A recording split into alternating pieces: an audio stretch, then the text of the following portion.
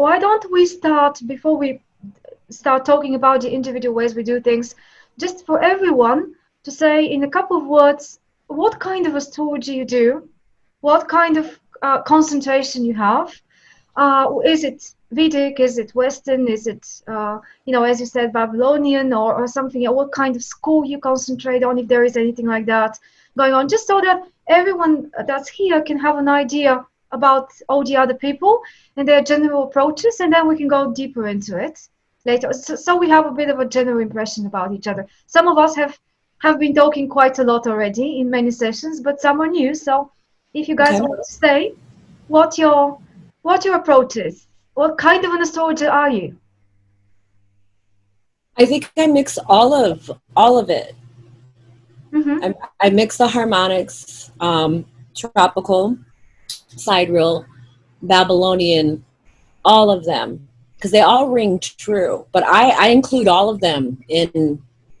But that means you do actually traditional astrology more than something like evolutionary or psychological. Right. Is it more traditional techniques that you use, like yes, old school astrology? That and the degree theory, which isn't old school, but I do use the degree theory, and I find that is usually 100% spot on. What do you call the degree therapy? The degree theory, it is the book and the teachings of Nikola Stevanovic. He's an astrologer in Serbia, which is the degree meanings, like if you have a planet at 2 degrees, no matter where in the chart, the 2 degrees, also then it's going to combine the energy of the second house or Venus thing. And the degrees of your houses, like you can tell by the degree of your ascendant and your descendant, the description of a person or what they first do when they first wake up. So in 7th house with the degree theory, you can tell by the degree of the ascendant or the ruler of the planet or planets in the house, actually where you meet the person and what type of job they have, where they come from and where their parents have lived, just by the degrees of planets and houses. Right. Interesting. By the way, feel free to write in the chat box your pages, your anything that could help others join you or support your work, see what you do. If you have a website, feel free to share it, or any books. Just write it on the chat box and I'll send you an email later with that transcript so you can go back to it if you wish. Yeah, so let's do that. I suggest we, this time around, rather than starting just chaotically like in the last couple of sessions, I decided to go back to my previous introductions a little bit that I used to do in the beginning of our meetings, and talk a little bit about the topic, the way I see it, the way I want to step into it. And I think this time around that may be helpful. So we have it as a starting point of then discussing, asking each other questions. Maybe you would question some of the things that I say and not agree with me and propose some other methods of synthesizing the chart or working with clients or whatever. But I thought, let's do something in the beginning. I'll try not to be very long. Then didn't you want to, excuse me, but didn't you want each person just to say something, or are we going to do that after you do this? So how would you like to do it? Because I thought last few sessions were a little bit chaotic. I didn't know where they're gonna go and who is speaking when and what really we are discussing. We went a bit off topic. So it was just my intention today to set a few points, and then we can obviously go outside of them as much as we want, and you can speak about whatever you want. Yeah, if you wish, we can start generally, and then at some point I can step in and show you what I've prepared for today from my side. And if you have prepared something also, you can do it. Have any of you prepared something? How about you, Dwayne? Anything? Oh, yeah, I've got some. I do have something. You do that every time. That's why I'm asking you. I wasn't sure if I'd have anything, but I do. Okay. I think it would be nice to have like a quick 2-sentence introduction from each person as well, even if yeah, they don't have anything to prepare. Yeah, that's exactly what I wanted to start with. And I was thinking you should, Radalina, you should be the one to just say the person's name, because I don't see on my screen everyone who's here. Okay. So if you could just call the person, they could give a 2-sentence and then do your introduction. Yeah, sounds like a good plan. Okay, so I would like to start with Gaurav. Hi, Gaurav. You are on the top of Hi. my screen. That's why I start with you. But yeah, tell us, I Hello. think you're the only Vedic astrologer among us today. Well, okay. Well, first of all, I would say that Vedic astrology isn't, there's not much of a difference between the Western counterpart of astrology and Vedic astrology, because from thousands of years, I mean, we are aware of the the astrological systems and concepts from thousands and thousands of years. It's not something we just recently discovered. So, uh, down the ages, a lot of times there was exchange of knowledge the way we are discussing it now. So it has been some knowledge from here, ancient knowledge from India went outside of the India, and we also absorbed some of the knowledge from outside. So basically the Western and the Indian astrology, they are two sides of coin. The coin is the same, they are the same side of one single coin. They are the two opposite sides of the same single coin. Not much of a difference. The coin is the same. And a brief about me. I started up very early, around the age of 16. It's been about 25 years now since I have been studying this subject. And I initially got very good teachers who had experience of about 40 years, 50 years. They had great experience in astrology, as they also started very earlier. And I recently have been teaching at a university. I teach predictive astrology. I mean, when we are talking about predictive astrology, it's not just simply materialistic aspects of life. It is obviously psychological, physical, materialistic, and metaphysical, everything. So I teach different realms of Vedic astrology. Okay, many people are not aware that there are many, realms. Like, you have electional astrology, sinastral astrology. So I mean, the basics remain the same for Vedic, but then there are different basics for horary astrology, which I also do and teach. Mm-hmm. Then I am also specializing in nakshatra based astrology. So only specific, those are the lunar mentions, what we call. So lunar mention based astrology. And there are many other concepts that I am aware of, which I constantly teach all across the globe and here at the university as well. Right. And just to say for the others that we've already agreed with Gaurav that next week he's going to introduce us to the nakshatras, the lunar mentions. And that's going to be like the core of the topic. Maybe we will expand it a little bit to other things as well, again connected to Vedic and to the mix between the two systems. But yeah, we'll be looking forward to that, Gaurav, next week. Well, that is a pleasure. But, yeah, as a difference to every other time, we already have the topic kind of for next week, just to let you know. And now, next one on my screen, well, actually, I don't know, is Dwayne. Dwayne, would you like to just very quickly say some background, remind some of us, and introduce yourself to the others so we can have an idea? Yeah. Excuse me, I just had a peanut. I began my astrological journey in 1972 when I first encountered Dane Rudyard. And I stayed with Rudyard for many, many years and continue to this day. Along the way, I've ventured into other astrologers as teachers, and I guess I'm in more of a humanistic, transpersonal, intergalactic kind of astrology. It's taken me into the Mayan calendar, and the presentation I have, if there's time, then it'll give you a much better idea.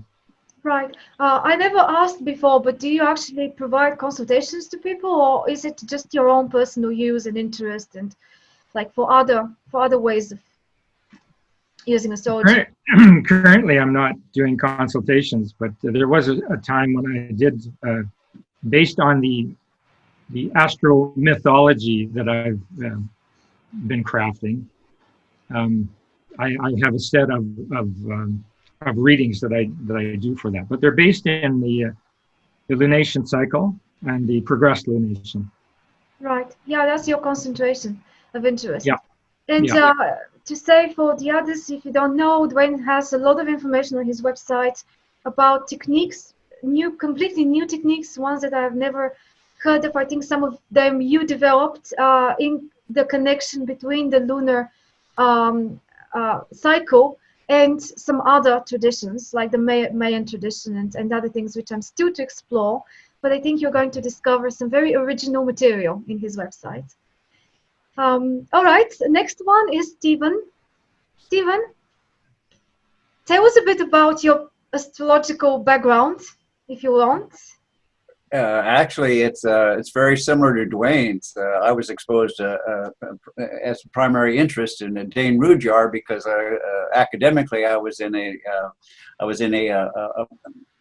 psychology program, and it allowed me the opportunity to. This is when humanistic psychology was really burgeoning, and it seemed to me that was an element of personal growth beyond standard therapeutic modalities of maintaining health. The idea of being able to grow beyond oneself. So in this particular regard, I don't involve myself much with prediction. Jobs, romance, moving, astrolocalities, none of that stuff. I primarily stay with manifest archetypes and underlying themes in terms of personal growth. Although because I've started with the Rudhyar, the breadcrumbs in the forest naturally led to Alice Bailey and the esoteric astrology. And once I got into the Alice Bailey material, I go, well, this is where it's really going. And in terms of the idea of the mathematics are all symbolic. Everything is really undefined. Whatever the traditions of astrology, from counting lunar cycles scratched on the bones of a mammoth to working out mathematical formulas, all this stuff is part of the illusion of the spiritual growth. And in that particular regard, that led me to the work of Franz Bardon and the initiation into Hermetics, and the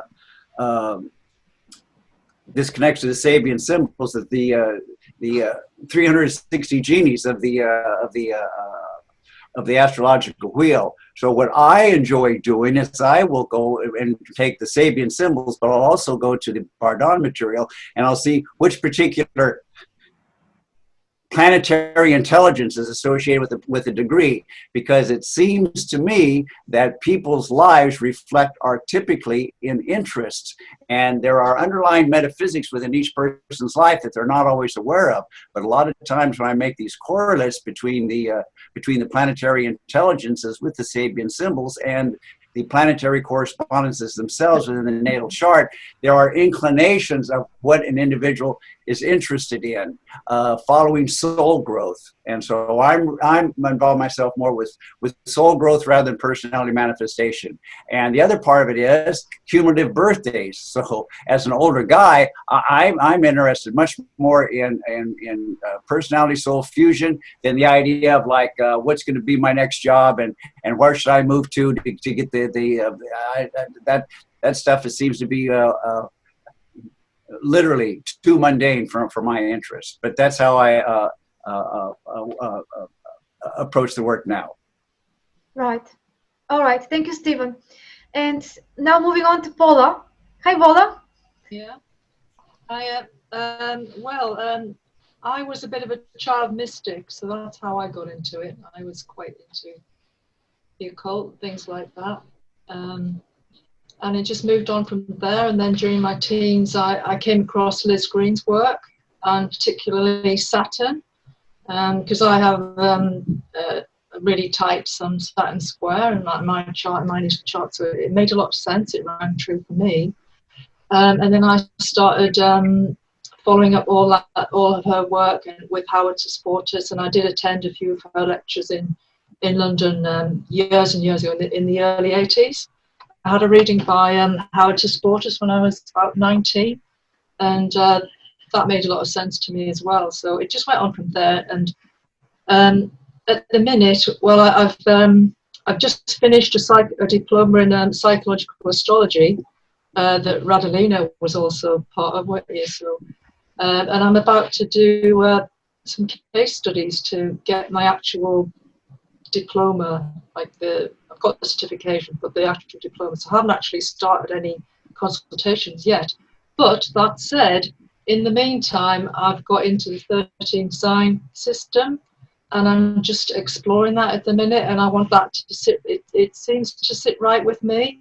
It feels right to me, which is a little bit controversial, but I've never been very conventional anyway, so I'm not going to start being that now. But it's just what feels right to me at the minute. So I'm exploring that, and once I've done that, I'll feel ready to do something with it. But at the minute, I feel like there's a lot more work for me to do in that field. But that's where I'm at the minute. So it's a sidereal side for sure that I'm veering towards, rather than the harmonic or tropical system that we have in the West. But also the empiric, the astronomical based system. So that's where I'm at the minute, but in a very much exploratory stage. So Okay. I'm just learning. I'm not like a proper counselor yet. Are you looking to start doing consultations regularly in the future? Maybe. I mean, I'm actually doing counselling studies anyway, so it's something that I would probably bring into that. Yeah, hopefully anyway. So, yeah. Okay. Now moving on to Jean-Marc. Thanks, Paul, by the way. Jean-Marc, you are the only one I know of from here at the moment that is working really actively with people. Tell us about it. Really actively? Yeah, do you not provide a lot of consultations, or is that just my Yeah, I offer consultations. With the lockdown, it was just the right moment to have a boost, and I had more people asking me for consultations. But I'm having I'm having a permanent crisis, questioning what I'm doing since I was born. Because as I said, people come for once, and I explain the best I can what I see in their chart with the mindset, know yourself. My idea is what we need basically is to know ourselves. And I like listening to Stefan because I quite relate. I am not interested in the predictions. I am not interested in saying, oh, next year maybe you will have more social times and be less introverted. No, let's go to what is essential and what we need to know about ourselves. And that's what I try to provide. And I'm wondering, given that I am not certified as a counselor, how I could get people to be interested in doing more long-term work, knowing that I am not interested in saying, oh, all the techniques just to kind of predict the future more or less. I am into a more psychological modern astrology. I came to astrology relatively late. In 2004, I bought my first book. I studied psychology at university. I studied for 3 years. At some point, I was thinking, all right, it's very intellectual, all that, but there is a big dimension that is missing because we can understand a lot of things intellectually and not developing the strength to deal with your own psyche. So it's really lopsided. Later on, at the same time, I had my own spiritual quest. I was very, very interested at where psychology and spirituality meet by what's called symbolic language, and not especially astrology, but symbols in general.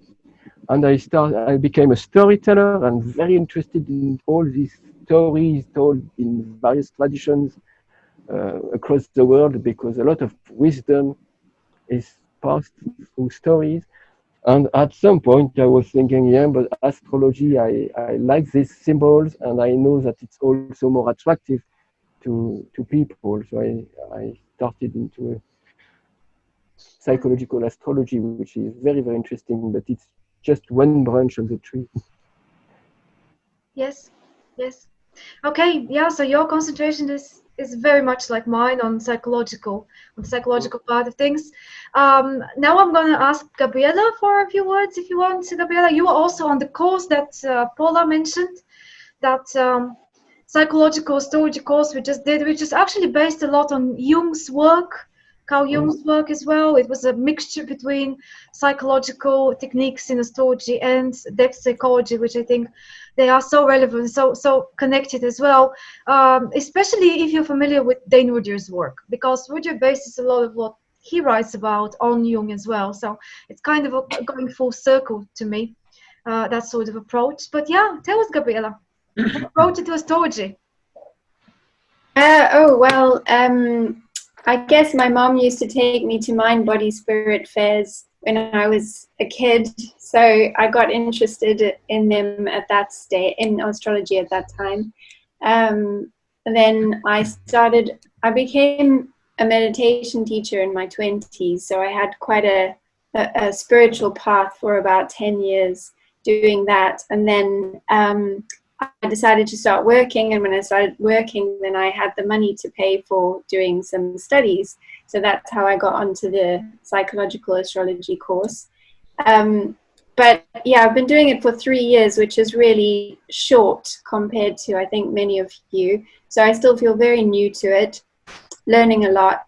I've been practicing with friends and family of friends, and I think what I have noticed is that it is an amazing way to help people feel, to drop the shame that they have sometimes around things that they think, it's just their weaknesses or their conflicts or whatever. But astrology provides a framework which helps people to see that actually there's nothing wrong with me. It's just about learning to work with energies in the best way possible. So I love that aspect of it. I'm busy building a website right now to try and attract people I don't know.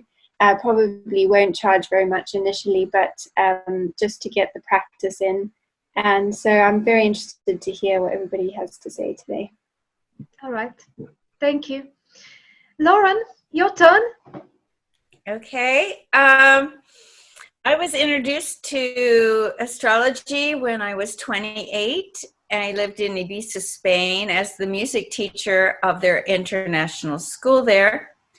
And I have then been in metaphysics, music, sacred geometry.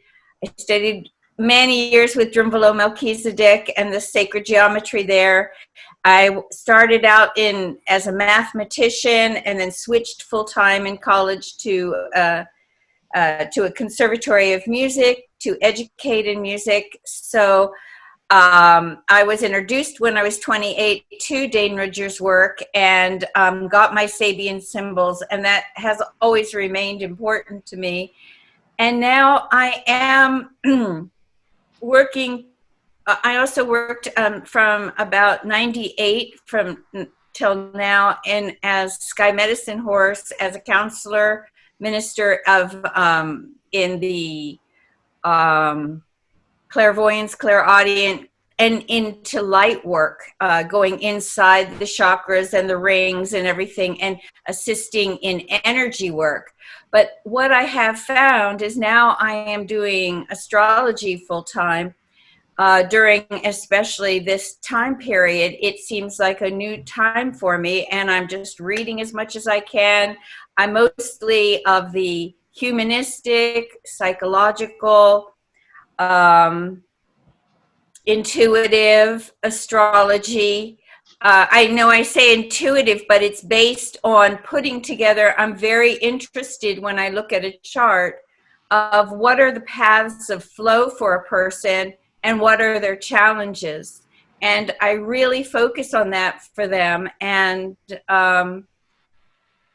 I look for themes when I look at charts. I really see that and I spend a ridiculous amount of time on each person's chart. It's not that economic that way, but I love it. I'm obsessed with helping people through their chart right now.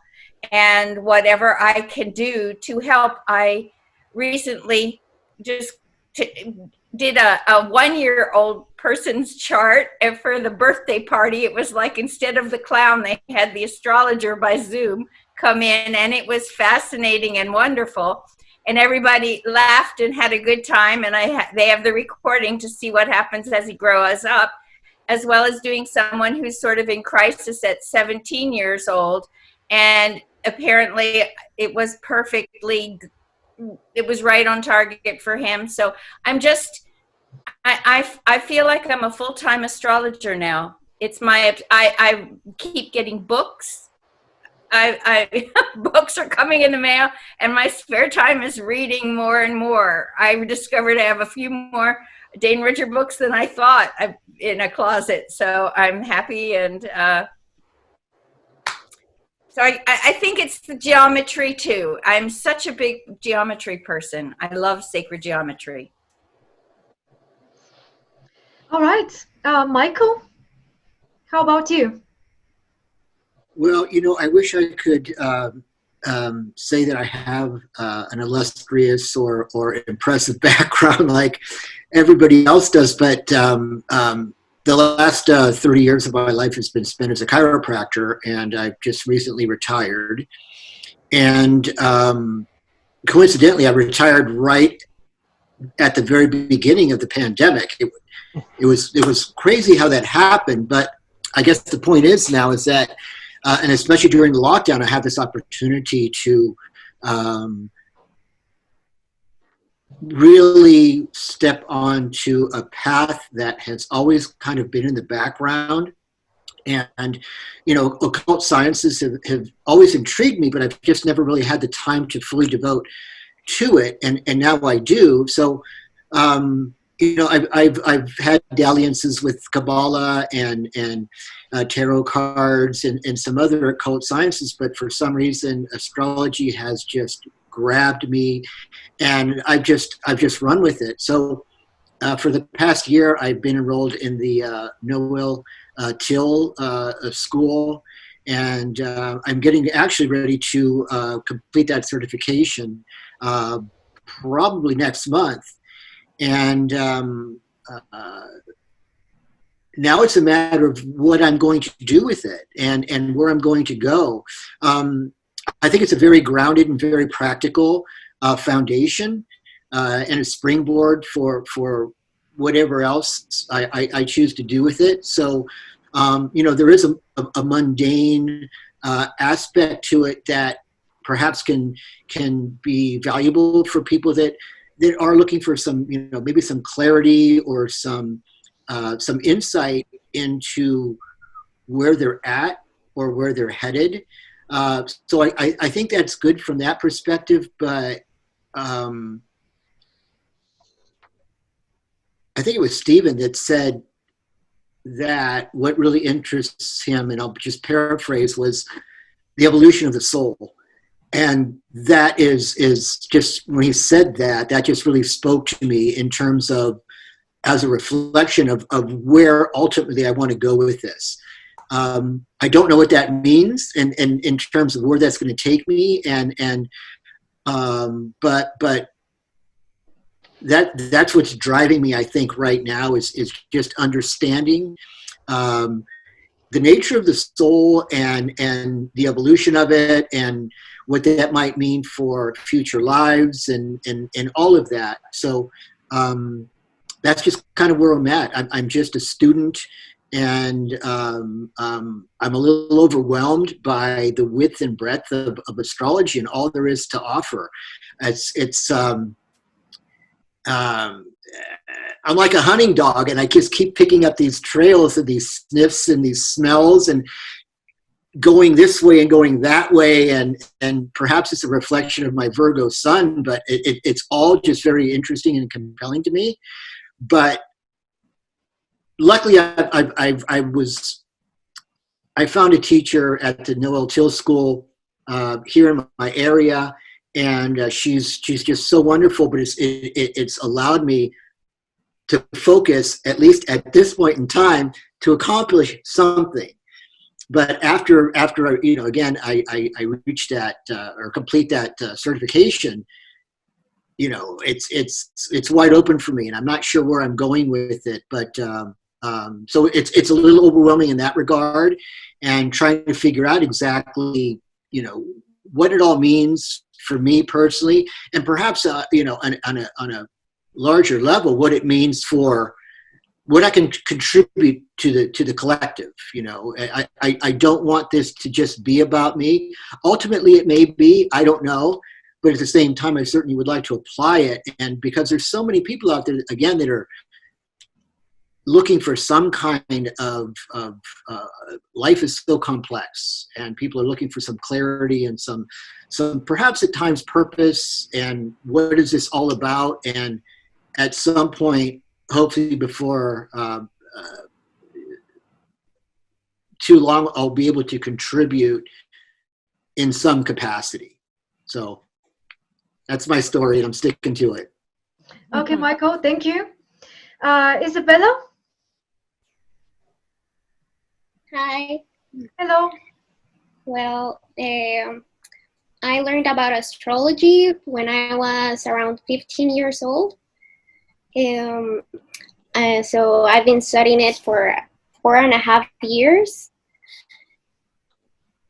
I mainly use psychological astrology, and right now I'm in a course here in Barcelona studying psychological astrology. I use sorry. I prefer to use the traditional rulership, even though I do think every transpersonal planet is really important and do use them in my practice. Do you see clients already? Do you see people that you read their charts, or is it still just learning mostly? Well, I've done some consultations. I started this year. I've done about 15 to 20 consultations. Very good. That's great. So just until since the beginning of the year, you've done that many? Yes. Very good. Okay. Well, Kanchi already said that she's done with her introduction, so that's why I'm going to move on to Nilsa. Nilsa, would you like to say something if you hear us? Because I think there was some issue with your sound earlier. Are you there, Nilsa? Yes, I'm here. I'm here. Great. I've been under the weather, so I'd rather not speak. All right. Fair enough. Well, who else do we have? Rosalie. Hi, Rosalie. Are you wanting to Hi join? there. Hi. Hi there. Sorry, I'm getting very bad internet signals, but I'll try my best. I'm still very, very much new to astrology. I actually only started studying it this year properly with somebody. But I've had an interest in astrology, but it was more along the lines of getting consultations, but I started to notice things much better this year. Sorry, I'm just trying to gather my breath. I've had a very traumatic life, since birth. I've had like trauma after trauma after trauma. And if I compare my life to other people who have, I like to say that they have the luck. I don't have that kind of luck. Sure, I have a certain amount of luck. So everything was always going wrong, and I could never understand, I do everything right, I work hard, I do, whatever, and life never turns out good. Whereas everybody else, and I couldn't understand that, and, it's very confusing. And then I started to notice patterns. So I started to pay attention. More or less 4 or 5 years ago, I started to notice Astrological, a lot of Lada's videos and things. Girl. Yes, yes. She's got so many videos online, doesn't she? Yeah, well, she had this, I don't know, first of all, the way she explains it was really good. And a lot of her videos were talking to me. And I thought, geez, what a coincidence, that happened and that happened. And then I started to notice a pattern. And so I started to look into it. And now I'm actually doing classes with Victor. So that's Hellenic astrology with whole signs. And everything was just speaking to me. And I was like, wow, how accurate is this? But it's really, really tough. I find it very, very overwhelming. I think the more I learn, the more I feel I don't know. It's just... It's a never ending, and I think that's also what's interesting me. In my chart, I'm actually supposed to be a healer, like psychology or healing others, because I'm a Scorpio rising. So I'm supposed to be in this kind of field. Also, I have an intuition and stuff like that, which I've noticed, a lot of times I get feelings where things are going to happen. Or let's say I was driving, as just an example, I was driving one day and I get a feeling that I must get out the lane. And that split second of me getting out the lane, I saved myself from an accident. So things like that. So I've been told that, I should be doing astrology, or I should be something like a medical astrologer, or past life regressions. Now, I can't really say that I'd be interested in past life regressions, but medical astrology really sounds good, because I've always had an interest in the medical field. Not that I am in the medical field, but anyhow, it's all a learning curve. I think what Michael said really spoke to me as well, because pretty much everything he said, it's like he was reading my chart, or reading what I wanted to say. But bits and pieces, we learn from each other. I don't think there's a perfect theory in astrology. I think altogether it's kind of like a whole parts. I don't think there is a perfect astrologer that knows everything. It's really a tough subject. And, there's many layers. It can mean so many things. So it's just a matter of learning and practice, right? Yes, correct. Yes. Right. I think that's everyone. Did I miss somebody? Tell me if I did. No? All right. Okay. So instead of saying yes. Can I ask Michael a question real quick? Yeah, of course. If Michael doesn't mind, I'm just curious, is your Saturn above the horizon? No, it's actually just below. It's conjunct my ascendant. Okay, that's why. Okay, that makes the difference. Because so what are you alluding to? Because it's just something new that I'm learning, and it has to do with like the animal spirits, the different things that are your first breath of life, right? And when you were talking about how it's something new, you just like got to go after it, and you don't know why you're going after it. It's just like interesting to you. But then at the same time, you were a chiropractic, which is also strong Saturn energy, right? Because it rules the bones and things. But if it's on the ascendant or descendant, then you get both of the energies of Saturn when it comes to, and one of them, if it was above the horizon, is which is the black hound, the one that does all the research, can't help it, and the one that's going to investigate until it finds the answers, type energy. And so since it is on your side, then that makes sense, because you're pulling both of the energies from Saturn. And so I was just curious about your Saturn when you were talking. So I was like, okay, and you answered me, and it fits perfectly. Thank you. Oh no, that's great. Thank you. Right. Well, anything on the ascendant is extremely strong, isn't it? And very visible. So, yeah, it's interesting to see the chart at some point if you want, Michael. But maybe later on. Okay. I don't know. I'm trying to figure out somewhere to start with the topic for today, because it's about counseling. How do we provide consultations? Where do we start with when we try to synthesize the chart? As many of you mentioned, it's such a large field and so many different branches of it, so many different techniques we can use, that I wanted to try to get to something today as how do we choose what to use in a consultation, what to share with the client, how do we do our research before we ever meet the person, and what we're hoping to happen after, something like this. So I know a lot of you may want to hear things like advice of others about really setting up as an astrologer, the business side of things, and I hope there'll be time we can speak about this as well. And I'll be more than happy to share with you everything that I have done so far in that respect, as I recently started my practice just a couple of years ago, and I've been mostly just intuitively trying to find ways to begin connecting with people that may be interested in what I do. Some of them work, others don't work that well, but maybe we can do towards the end of our talk today, we can say really concrete things that you guys do in your work or in your practice, just day-to-day kind of thing. So I have prepared a few things for you, which are just to set out the topic. And the main thing I wanted to talk about is chart synthesis. How do we make sense of the chart and don't get completely lost in the myriad of things that are in it and we can extract or notice in it, and how do we make this connection between what we know and what we sense or intuit astrologically, and what really will be valuable for somebody, a group of people, or a particular person, and so on. But in my case, I am quite obsessed with one-to-one work. It's just my personal profile, reason why I'm doing this in the first place.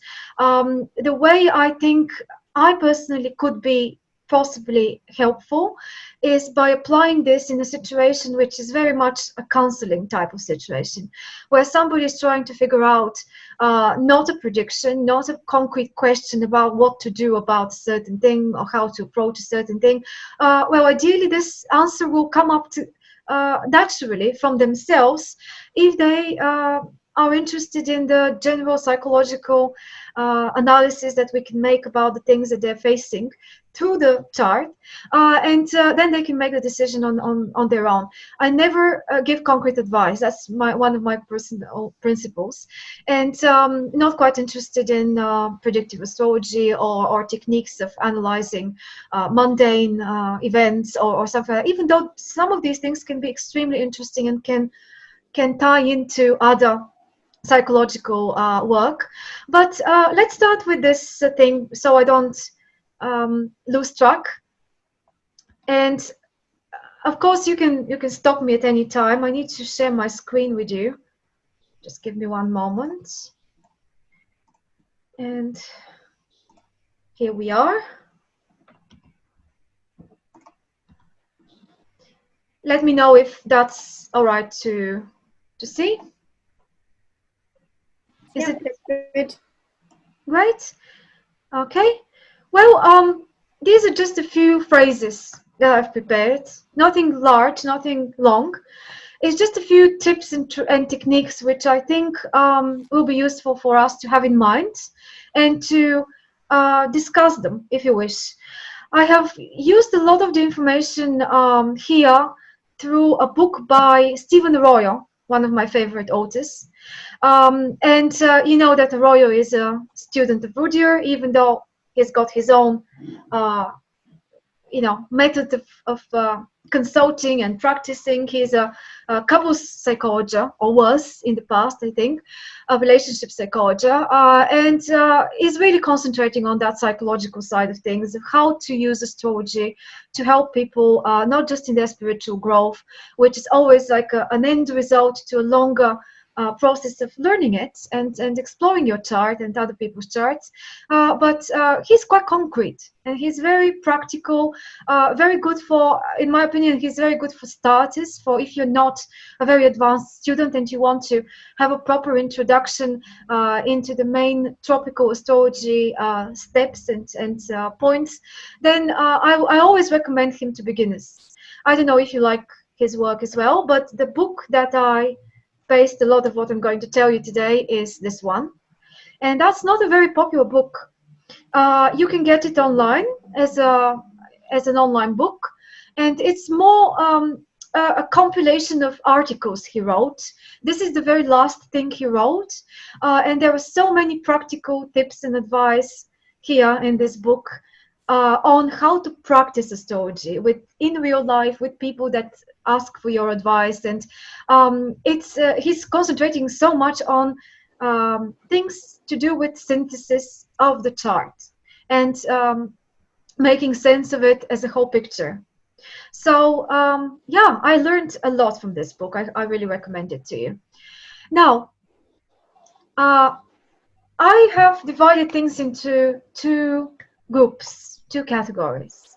One I've called the philosophy, and then the other one you'll see later on is more like the practical tips, the real examples of things we can really do with the charts. And with the philosophy side of things, I wanted to start with this one. I'm not sure whether you see the whole text because of the windows. Is there anything obstructing your screen? Yeah. Yes? Looks good here. Well, it's possible to take them off. Okay, let me see if I can put them at the top because they won't be on our way at the top. But we can do that for ourselves. Could you, it's just also, I'm asking you because it's important for the recording. As if it's not good with the recording, then it won't be able to appear properly later. Anyway, okay. So I think the very first thing everybody needs to ask themselves, working with people with astrology, is why we're doing it in the first place. What do we want to achieve? Some of you already said a few things about that. How do we want to approach our contribution?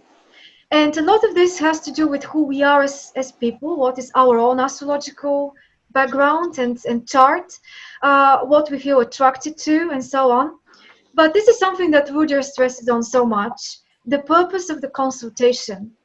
And I don't know whether you've noticed that every time somebody calls you or asks just in a very general situation, doesn't need to be a real consultation call, to do something like that for them, there is always a concrete reason they have done that at that moment.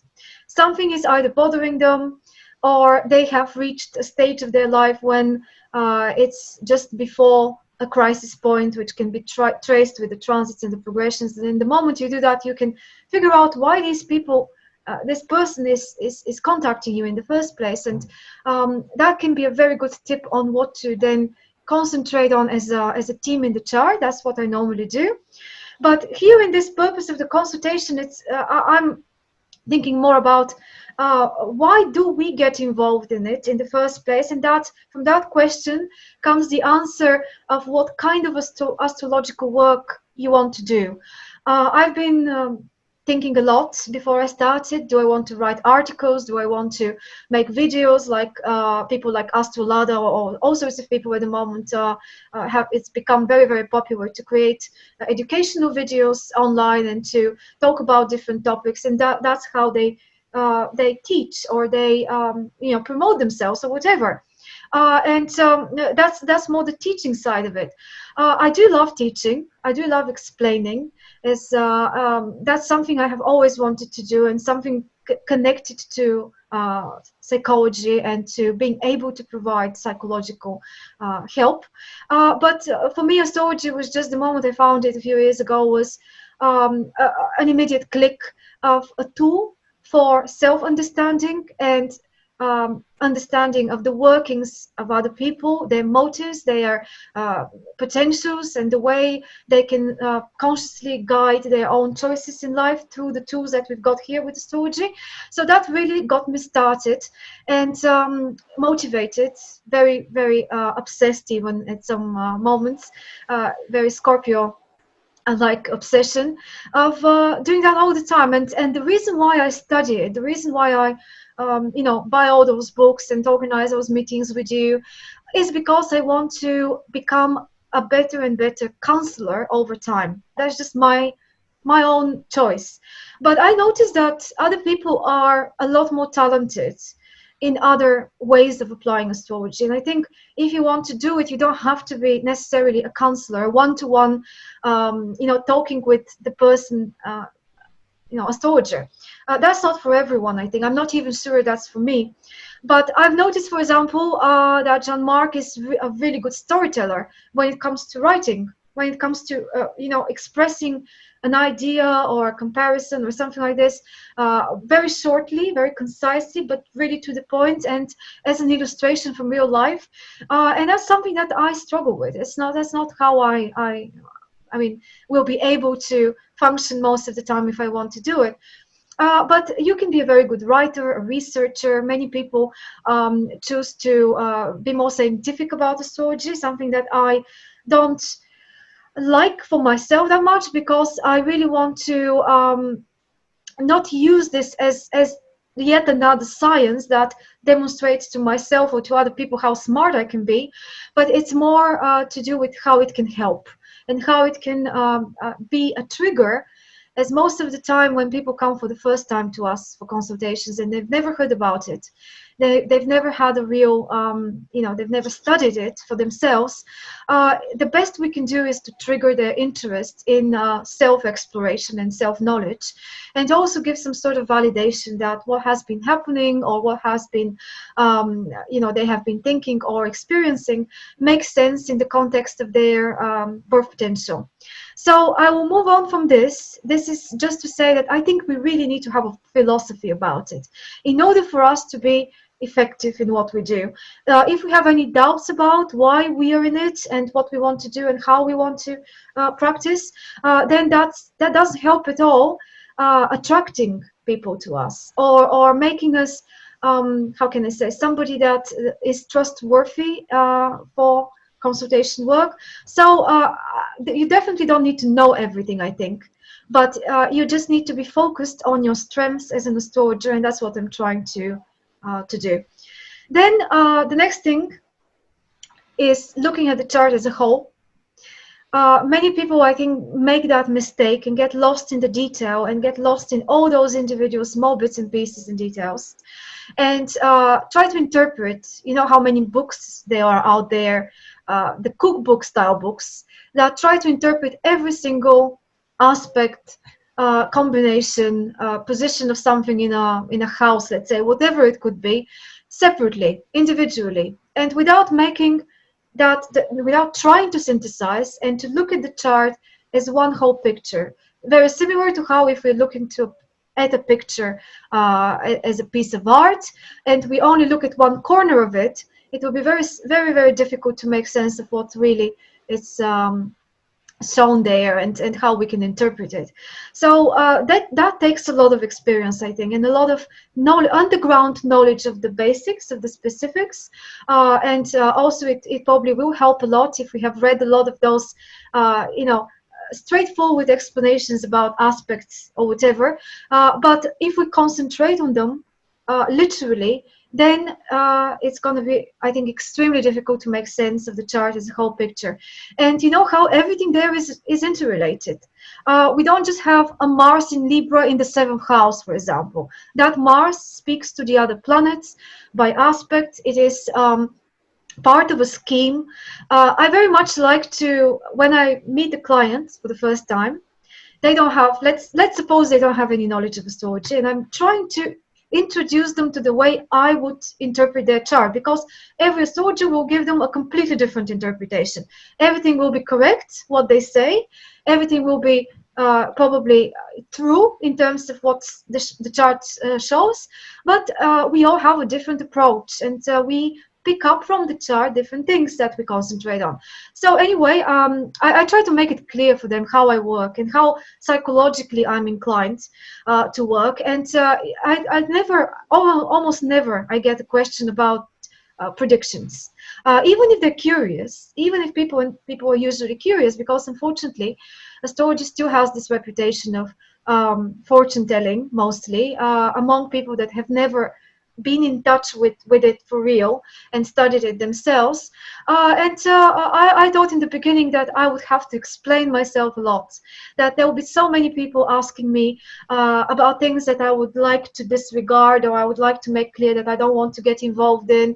But what I discovered is that the moment I was clear about how I want to approach it, and I made a little introduction in the beginning of the consultation and told them, look at this wheel here, that's your chart, and this chart is like a theatrical, that's how I like to do it, a theatrical performance or a film or some sort of a group of people joined together, and they all take part in a story or in a scheme or in a storyline of some sort, and you cannot have the story without all of them being there together and every one of them playing the role that they need to play.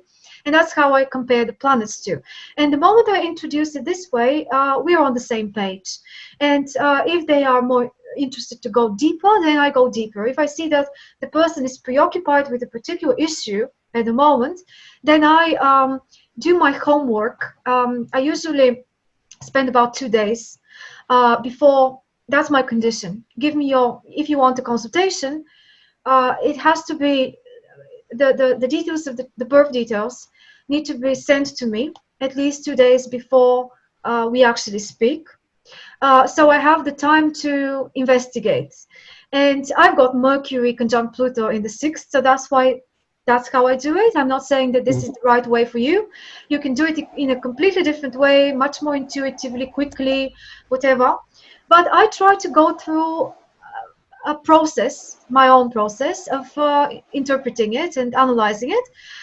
If you want, I can show you later what exactly I do. But the reason why I do it is because I try to help myself see the chart as a whole picture. And I have discovered that if I don't go step by step the way I do, then that's not possible. I just get lost into the it's just overwhelming. It's too much information there. And it's very easy to miss the point of the person that the chart belongs to and their current issue. As we are all inevitably very prejudiced about different things. We know different techniques better than others. We know certain planets better than others. Some people are obsessed about the ascendant, let's say. The others are obsessed about the personal planets or the transpersonal planets, whatever. So if we do the same thing for every chart, but we don't do the step-by-step looking around all sorts of things that I have developed this method of looking, then what happens is that I fail to see the pattern of what is really the predominant theme of that chart and of that moment. And luckily, for some reason, it always comes up if I do. So even when I'm tired or a bit lazy, or I don't know, not every day is a good day for a consultation, and that can also be a big problem, because you know how much this can drain you and this can tire you, especially when there is another person there listening to you and you need to connect and navigate that.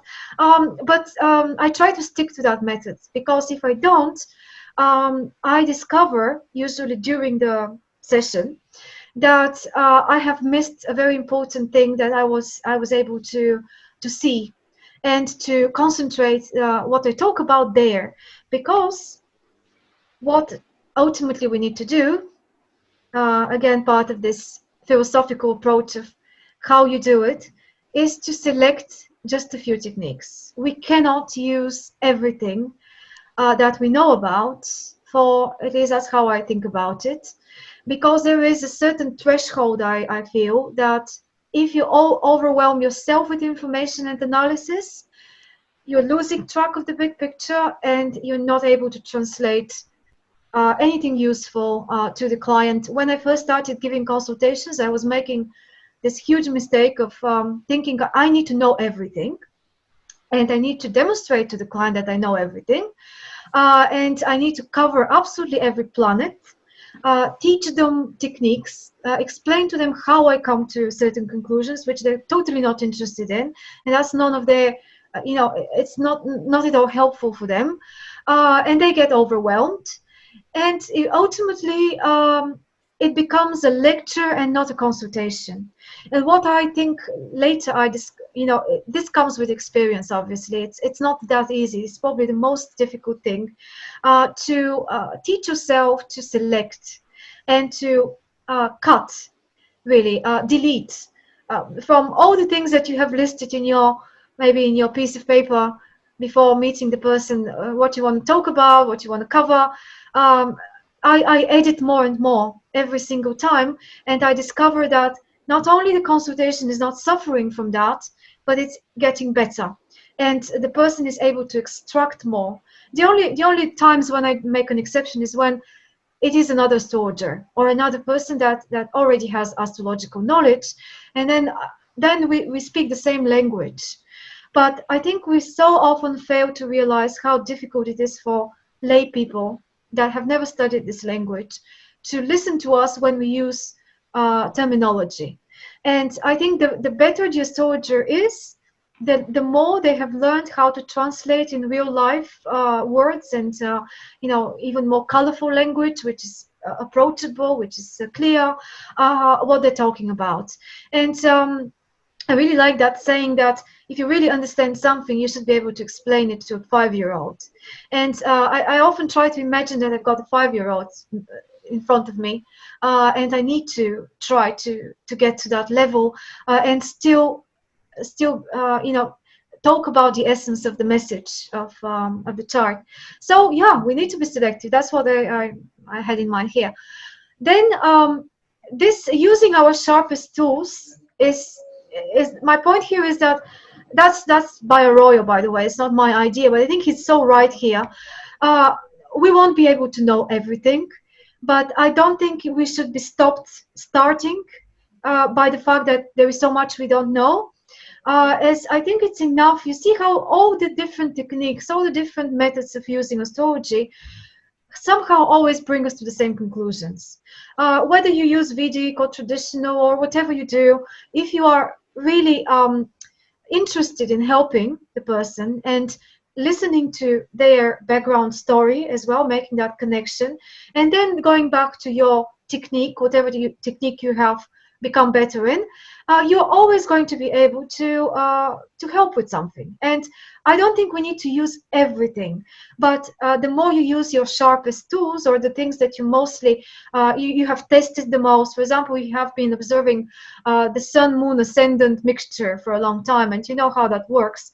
Then why not start every consultation with this? It will help warm up things. It will help get the background of the story of the person, and where they their main points rest, and this will help you start from a very strong point, and then see where that takes you later on. So yeah, I think we need to maybe sometimes pause and think about what are the things that we're really familiar with, and use them more often than others.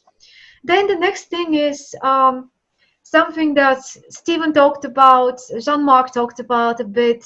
I'm really a very strong believer in this approach of stressing the inner and not the outer.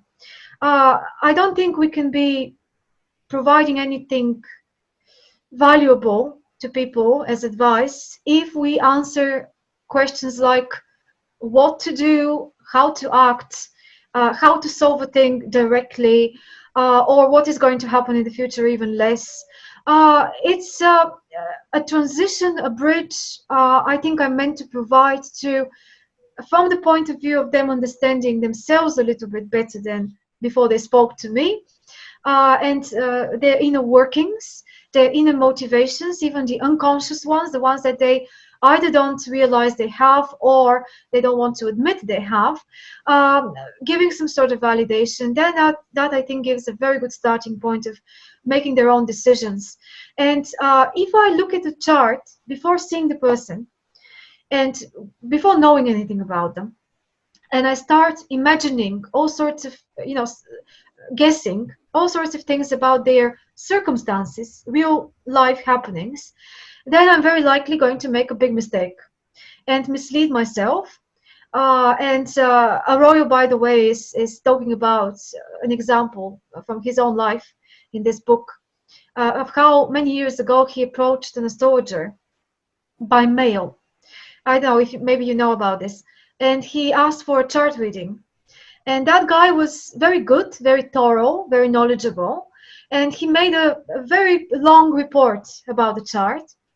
Arroyo is saying that he had to make an important decision about something, so he wanted another astrologer's opinion, but they didn't want to to reveal that he didn't want to reveal that he's an astrologer himself, so that he can get an authentic reading. But what happened at the end of the day was that this guy assumed all sorts of things about Arroyo because they hadn't met in person, and he suggested external things. Advice about career strategy, advice about relocation, all sorts of things like this, assuming that Arroyo has a certain way of, what he wants, what he's motivated by, what his philosophy of life, as a general American person. And he missed the point. And Arroyo is saying he didn't guess even a single thing because he concentrated on the outer, not on the inner. So I think many people make this mistake, and that can be avoided. We can try to look at the things psychologically more than anything else, and then the person that sees me usually reveals how that symbolic expression is actually playing out in real life, in their real life. And it almost never has anything to do with what I imagined as a real life situation, but it's always spot on in terms of what it describes. So if I see relationship problems, theoretically in the chart, for example, then there really is something like this going on, but it almost never turns out to be what I imagined in my head as a real possible situation in the life of that person. They tell me, and I leave them to tell me, and I ask them to tell me, because I think it is impossible. I think that's the next point. No, that's another one, but I will skip a few and come back to them. But here I think it's appropriate to say that it's crucial, I think, to make the consultations one-to-one and face-to-face. So you have the feedback of the client, and you see how they respond to what you share. You get the chance to actually know what is happening in their life and be more concrete in your advice, and be more adjusted to what they really need. So I would always refuse to do a written down consultation. A few times I've been asked, for example, for children, like a friend or a past client has said, oh, I want you to write me a few words about the chart of my child, for example, or a relative or whatever. I never do that. I say that I only work face-to-face. Well, it could be Zoom, it could be Skype or something like this, but it's extremely important for me to see the person and to have this exchange of energy, very outside of the actual information that we talk about. It's more to give the chance for the intuition to work, for them to display their own, way of getting it. I believe that, like Rudyard suggests in many of his writings, that people live their charts at different levels, and you should be able to try to assess at what level is that person when they come to you for a consultation. Whether I imagine it as different levels of consciousness, of understanding of their own desire to work with their own energies and understand them. And some people are really, starting from a very basic thing. They really don't want to go deep, and that's fine. I respect that. Not everybody is meant to do that, but that's something that I need to know, or at least I need to have an impression about, so I can adjust my strategy of presentation of the chart to them. I'm not going to speak in the same way to people with exactly identical charts if I sense that one of them is more advanced, let's say, even though I don't want to classify it, people are equally to me, how can I say, valuable and so on, but some people are more capable of getting deeper into this. So I think we shouldn't be robots that just read out or spell out and I don't know, give a piece of information or a bunch of details, and without really being interested who is the person in front of you and what are they able to work with. And then that's also connected, I think, to the balance between cleverness and real understanding. You see how many of our colleagues and teachers and people that practice it get very bogged down into the techniques and the details and the scientific side of it. If you have a scientific inclination, then that's great and you can get deeper into it. But I think ultimately being clever as a Gemini is not enough. You need to also be able to understand the connections between things, to synthesize, to get to conclusions, so that you can give advice about something that can be integrative and not just like sporadic solving of a certain situation for the moment, but then after that's gone, or you're no longer in touch with the person, they continue in the same way as they've always done things, and they haven't really learned anything. So yeah, it's more, this is, I think it's a bit of a Jupiterian against Mercurial way of approaching things, and I think we have to have both and not just one. If we are very Jupiterian, we may be this knowledgeable guy that speaks very beautifully and looks very smart and so on, but is not really interested in, is not very well prepared in the details, and could make a mistake because of that. Doesn't have the the foundation knowledge, or otherwise, if you have a lot of foundation knowledge or even detailed knowledge, but you're not philosophically connecting the dots, then it doesn't work as well. So I think that's another thing we can talk about if you want. And then finally, I think this is the last one from the the more general things I wanted to tell you, that I think it takes a lifetime, maybe more, to become a relatively good astrologer, a counselor, let's say, counseling astrologer. And you're never good enough. I don't think I would ever be good enough. But in all those maybe 3-4 years of really intensively learning, I'm mostly self-taught, and that's how I like to keep things, even though I've done courses and things like that. But it's not, I don't think my mercurial knowledge, that concrete knowledge of astrology, is thanks to any courses I've done. It's mostly thanks to the authors I've read, like Stephen Arroyo, Dane Rudyard, Liz Green, and many, many others that we have discussed before. But 3 or 4 years of reading didn't give me as much knowledge and how can I say, and also confidence, as only 2 months of providing real life consultations. So the 2 months of working with people and studying the chart in preparation for the meeting, and then during the meeting and learning from the meeting itself, doesn't compare at all to this just sitting in your own house, office, whatever, and learning technique after technique and memorizing things and trying to make sense of things you learn about astrology. So if I have to personally advise you something, is go for it. Don't be scared. Don't be scared to share your knowledge, because even if you know a little bit, you already know a tremendous amount more, and you can open a very big door, a very big opportunity to people that haven't even got in touch with this, even if it's about just triggering somebody's interest in astrology. So they can then take it from you, and they can go and study themselves the way they want to study themselves. But only this promotion of astrology as an art of psychological counseling and self-help and whatever, there are so many layers of that, could be a good enough reason to not be scared to go out there and share your knowledge and your experience. But yeah, ultimately, I get carried away very much, but ultimately I think it's a mixture between intuition and experience. So if you get to do a lot of consultations over time, I believe, and I hope, that the intuition part of it starts working better.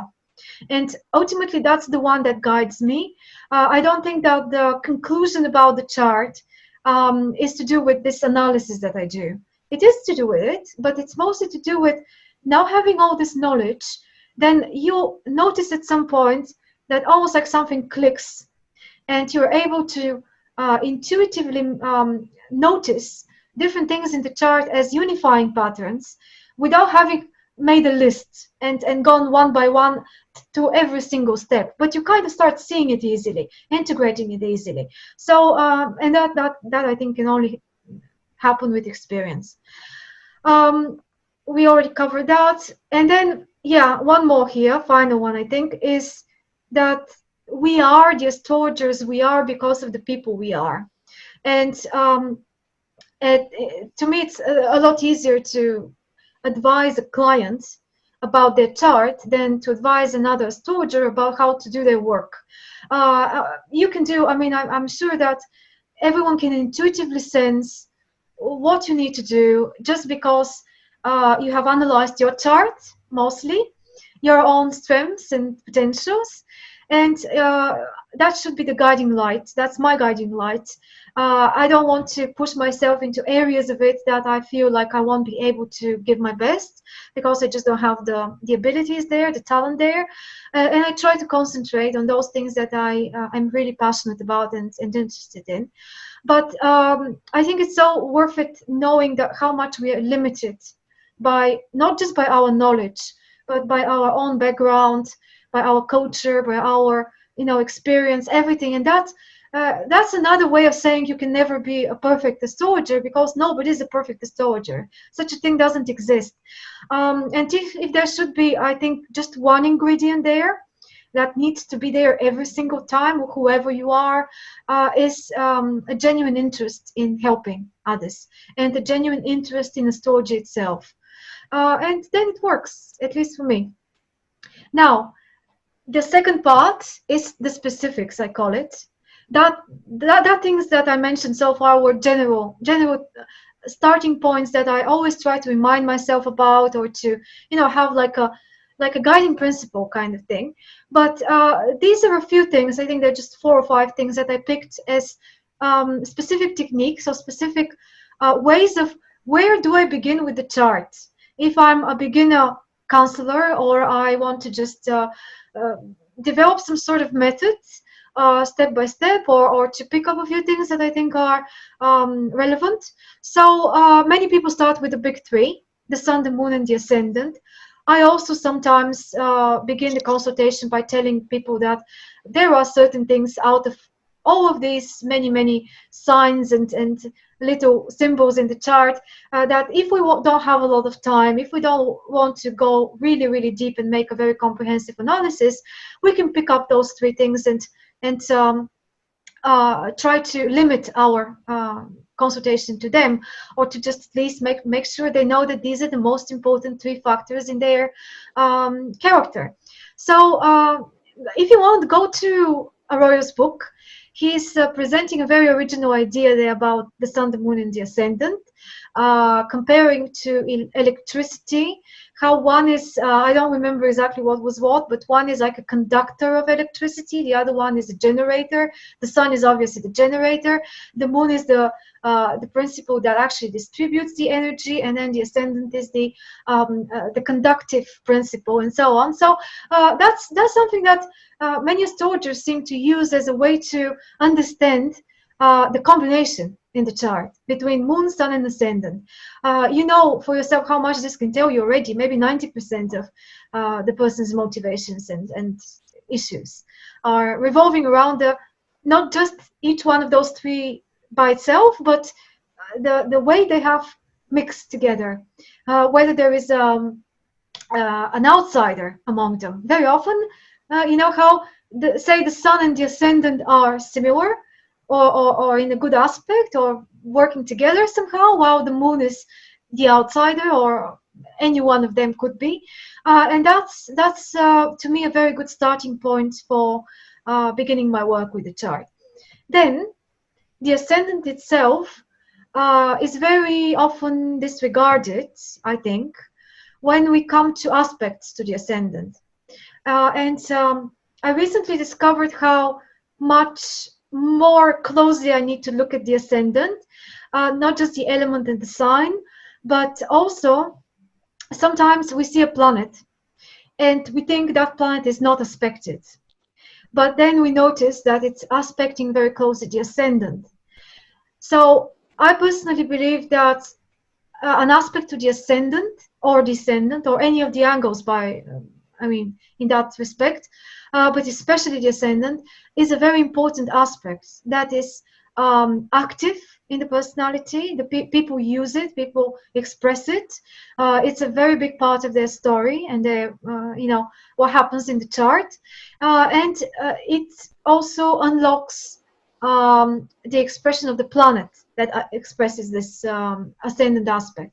So yeah, I think we can do that additional work with the ascendant if we want to be a bit more comprehensive, because that's an intuitive way of responding of the person to the whole chart, not just to everything else that's in the chart. And another idea I love by Arroyo is he's talking about how the different ascendants are by element are having different conductivity in them. You know, some of them are more charged and more able to express what's underneath in the chart as a whole, while others are blocking the energy, not relating that easily. So kind of some of the ascendants are very good conductors of the person's you know, layout as a whole, while others are putting a stop to it. So if you establish what's happening in that particular case that you're working on, that can reveal so much useful information to the clients. Now, the balance of the elements, this is self-explanatory. I'm not going to touch on this very much, but I always look at the balance of the elements, and that little table they give you in astro.com and maybe in other software you use, you know that there is a little table that gives you by element with the colors which planets are in what element. And when something is very predominant, like there is a lot of fire, for example, and almost no earth or something like that, then you can immediately see that. Well, it's otherwise very difficult to see if you just look at the chart. But that's so important. Richard Eiderman, that other astrologer, if you know about him, he also has a lot of good work about the elements imbalances that could be in the chart. And Arroyo is a good, very, you know, avid proponent of the idea that you can even disregard everything else in the chart, but just look at the balance of the elements, and then you are going to have a very good picture, a very reliable picture about the makeup of that person. Maybe only except in the cases when things are very mixed up, when there are, I mean, not a single element is missing or predominant. That makes it more difficult then. But this also tells you a lot, isn't it? Because then this tells you that they are very balanced in their use of all the different energies that we have access to. Then the house placements, we've got a few discussions we already had, which you can watch again if you want, about the houses, the patterns in the charts. I think it's a very crucial habit to teach ourselves to spot those patterns, like the seesaw chart, the bucket chart. This is an intuitive principle, because if you see that, then you are saving yourself so much time and energy and effort to analyze small details, when only this can give you such a good idea. For example, I've got a bucket chart, and that immediately shows how much, in my case, things are focused into something. While in another person's more scattered chart, you are able to say to them, you need to work to make decisions about what to use your energy for in your life and how to distribute that. So yeah, that's extremely important. Then this is also something you know perfectly well, the close aspects. And when I say close aspects, this big table of aspects that we start to analyze in the beginning of the consultation, you know, when we prepare for the consultation, there is so much in it. And I won't be able to explain to the client every single aspect they have in the chart. That would be a terrible idea, isn't it? So I need to again pick and choose. And I just look for 0 degrees aspects, 1 degree aspects. First, I fix on the, you know, look at the personal planets, 2 personal planets. So do we have something like Mars to the Sun, Venus to Mercury, personal to personal? If I discover that something like that is there, up to 1 to 2 degrees aspect, then I concentrate on that. I research that even more. And then I move to personal to transpersonal planet aspects, and try to select just the very crucial exact ones, as they seem to be the ones working the most and coming out the most. And yeah, it's unfortunately we have to disregard some of the others which may be relevant as well, but we can't do everything. That's just the way it is. Now, many people don't realize that if something is close to an angle, it becomes very important. Like a planet sitting on the descendant, planet sitting next to the IC, whatever, something like this, or squaring it, opposing it. That's another shortcut in my view, because you already have a guarantee that this is going to be such a big deal in the life of the person that you can give yourself permission to go deeper into this and disregard other things. And you know that you're not going to make a mistake, that this is always somewhere happening in their life, this planet close to the angles. The rule of 3, do you know what the rule of 3 is about? No. No? I think I heard this from Arroyo again, I'm not sure exactly, but the rule of 3 is you look at the chart, you know, do all sorts of analysis you want, and if you discover that a certain theme is repeating itself 3 times, for example, yeah, you know this, I'm sure. It's like they've got Sagittarius ascendant, but Jupiter is in, I don't know, conjunct the MC, and then you've got many planets or a few planets in the 9th house. Then this gives you a pretty good idea that this Jupiterian general theme is predominant and it's repeating itself. So yeah, that's another direction in which we can go. What about the subtones? Do you know about the subtones? Mm-hmm. Okay. Just very briefly, for those of you that don't know it, I have been experimenting with this in the last few days. That's very revealing, I think. That means that, for example, say you've got the moon in Capricorn, for example. Then you ask yourself, where is Saturn, the ruler of Capricorn? And say Saturn is in Sagittarius in the 7th house. So the moon is in Capricorn in the 4th house, for example. Then you write moon at the top, Capricorn 4th house, at the bottom, Sagittarius 7th house. And what we can say is that this Capricornian moon has a Jupiterian or Sagittarian subtone, because the ruler of the moon is in that sign in the chart. And if you list all of the planets in that way, let's say just the personal planets, or maybe also Jupiter and Saturn, then you may discover that these subtones have repetitions in them as well. That, like I've got so many planets in Scorpio, but Scorpio is ruled, and you use the traditional rulers in this technique. So in my case, Scorpio will be ruled by Mars. So I check where my Mars is. And all of those 5 planets I've got in Scorpio are having a Libra subtone, because Mars is in Libra in the chart. But then when I look at Mars, my Mars in Libra is ruled by Venus, and Venus is in Scorpio. So they kind of reverse their places. Mars is ruled by a Scorpionic subtone, but then it gives a Libran subtone to all my Scorpio planets. I hope that makes sense to you. Mhm. Yeah? And then, That is a yeah, that is a similar technique we use here, and I personally, not a lot of people are aware, but my teacher taught me that skill, and we call it catch the trail of the money and catch the thief. catch the Funny thief. name to it. Follow the trail of the money and catch the thief. Right, right. Yeah, and sometimes you can discover this way. I think, yeah, that's very interesting. Maybe next week, Gaurav, you can tell us how you do that catching of the thief, and describe it a bit as an example. I don't know, but you can discover, I think, with this subtones technique, that if there is a problematic planet, let's say, in the chart, to really see where the problem is coming from as a background, like or the problem sometimes comes out from the subtone and not from the main position of the planet.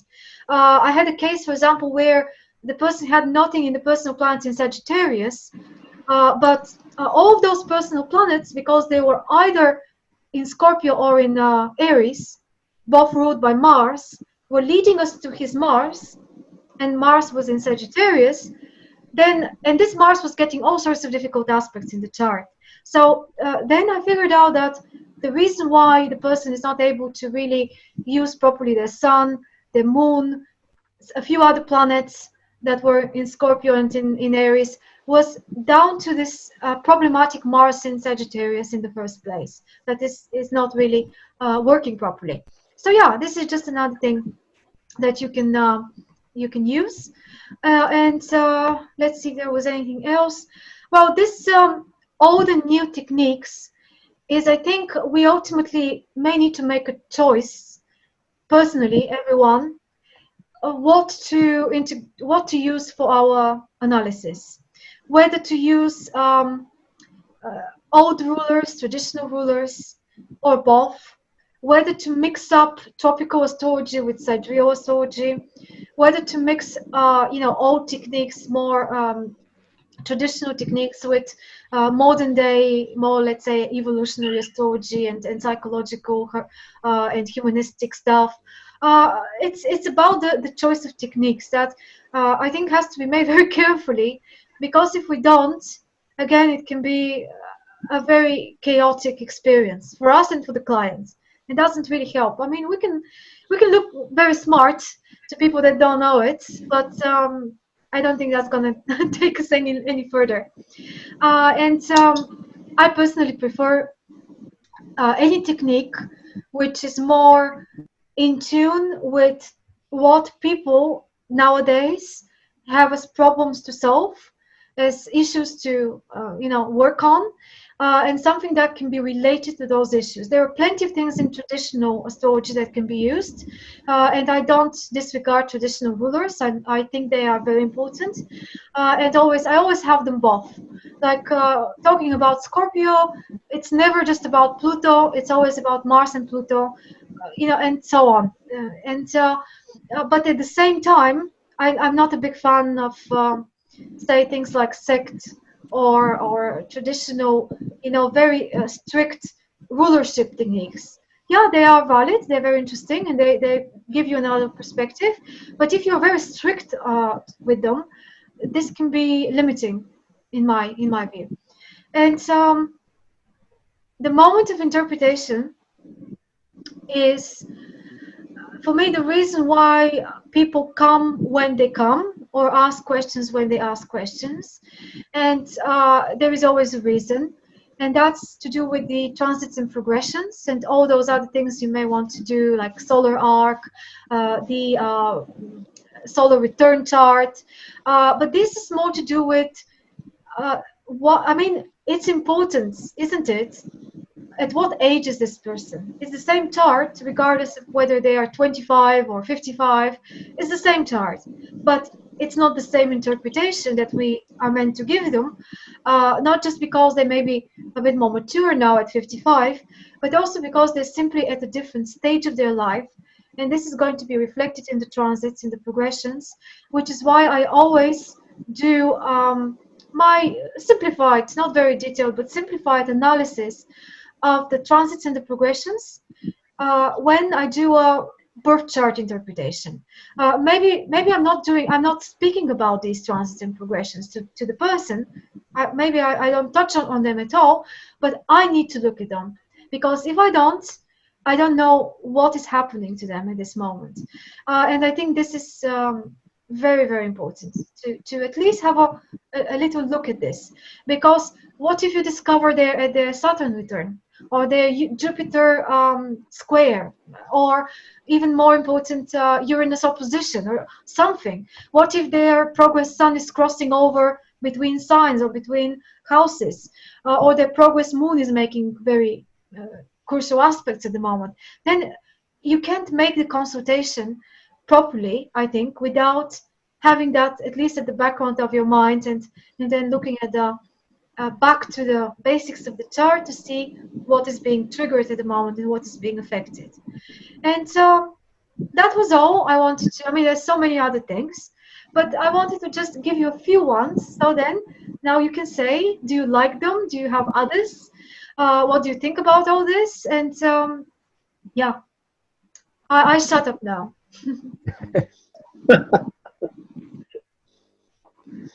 Yeah, bravo. Oh, that wasn't Well, like thanks, but yeah, it was just trying to frame things a bit. I'm sure you know all of this, but just trying to give us some framework for work. Okay, stop the sharing so we can see each other again. Do you do anything different from what I do? Do you have other tips and tricks and ideas and techniques? a, a little bit more in detail. I mean, I appreciated very much when you mentioned that you take a day or entire 2 days to work upon a chart before giving consultation to a client, and in fact, you wait for the person to speak for themselves that what the issue is, rather than immediately, delving into the chart and giving them interpretation instantly, which is very well acknowledged and appreciated, even as in with the decorum of astrologers that we follow here, and what is in fact mentioned in the classics. In most of the ancient classics, the sages mentioned principles for a good astrologer, the behavior, the whatever. I mean, the entire picture is mentioned there. What are the good qualities of an astrologer? And I mean, he has to be psychologically motivated. He has to be mentally prepared for everything and all. I mean, I'm not going into detail of that, but we also have another technique here, and in fact I use that technique quite often, which I learned from my teacher, that many a times we can even tell the question of the person before he or she even narrating the issue at all. Mm-hmm. So that is another way of looking at. Now, how it really works in with tandem of nature. First of all, you have to be self-awakened. Your consciousness should be at a very rich level, at a very rich plane, in tandem to the cosmos, and then only basically that is again in itself a subject which we call omen based astrology, or basically in very simple terms it is called event based astrology. Now that is a very crucial aspect where you can interpret even before what is about to happen to anybody. Mm-hmm. And that's one hell of a subject in itself. I mean, I have been it is, and no, is it not the main question of how important is it for people to know what is going to happen? I think the philosophy behind this whole thing revolves around that. To what extent we believe that they need to know the real situation, event, or whatever it is, whether that's going to help them more, or is it not more about yes, I warning am them? coming to that. warning them about the kind of thing that they are to expect, which is great. And maybe in your system you've got a lot more better techniques to narrow down the direction of the event without being too specific about the actual event. And that way you're focusing their attention to changing their way of thinking and their approach and their way of actually working with what's going to happen, which is really what's going to make a difference at the end of the day for them. Their approach and their, it just escapes me the right word. See, we work very simply in that. First of all, we try to, the karmic influence shall be minimum. Your karmic footprint on the client or on the person who is asking the question should be minimum. You should not intervene in his or her karmic cycle. That is something we simply follow. I mean, I don't know whether other astrologers do it or not. That is something what I learned from my teacher and I'm sharing with you. And that is something what I believe in and I follow. Yeah. So the karmic footprint of the astrologer should be least. And if something you see that in nature it is decided and is of a negative, the nature of the event is negative, and you see that it is already pre-decided, it is unchangeable or immovable event. Do you think any event is undecided and unmovable? Yes, there are. Then we are talking about the promises of the chart.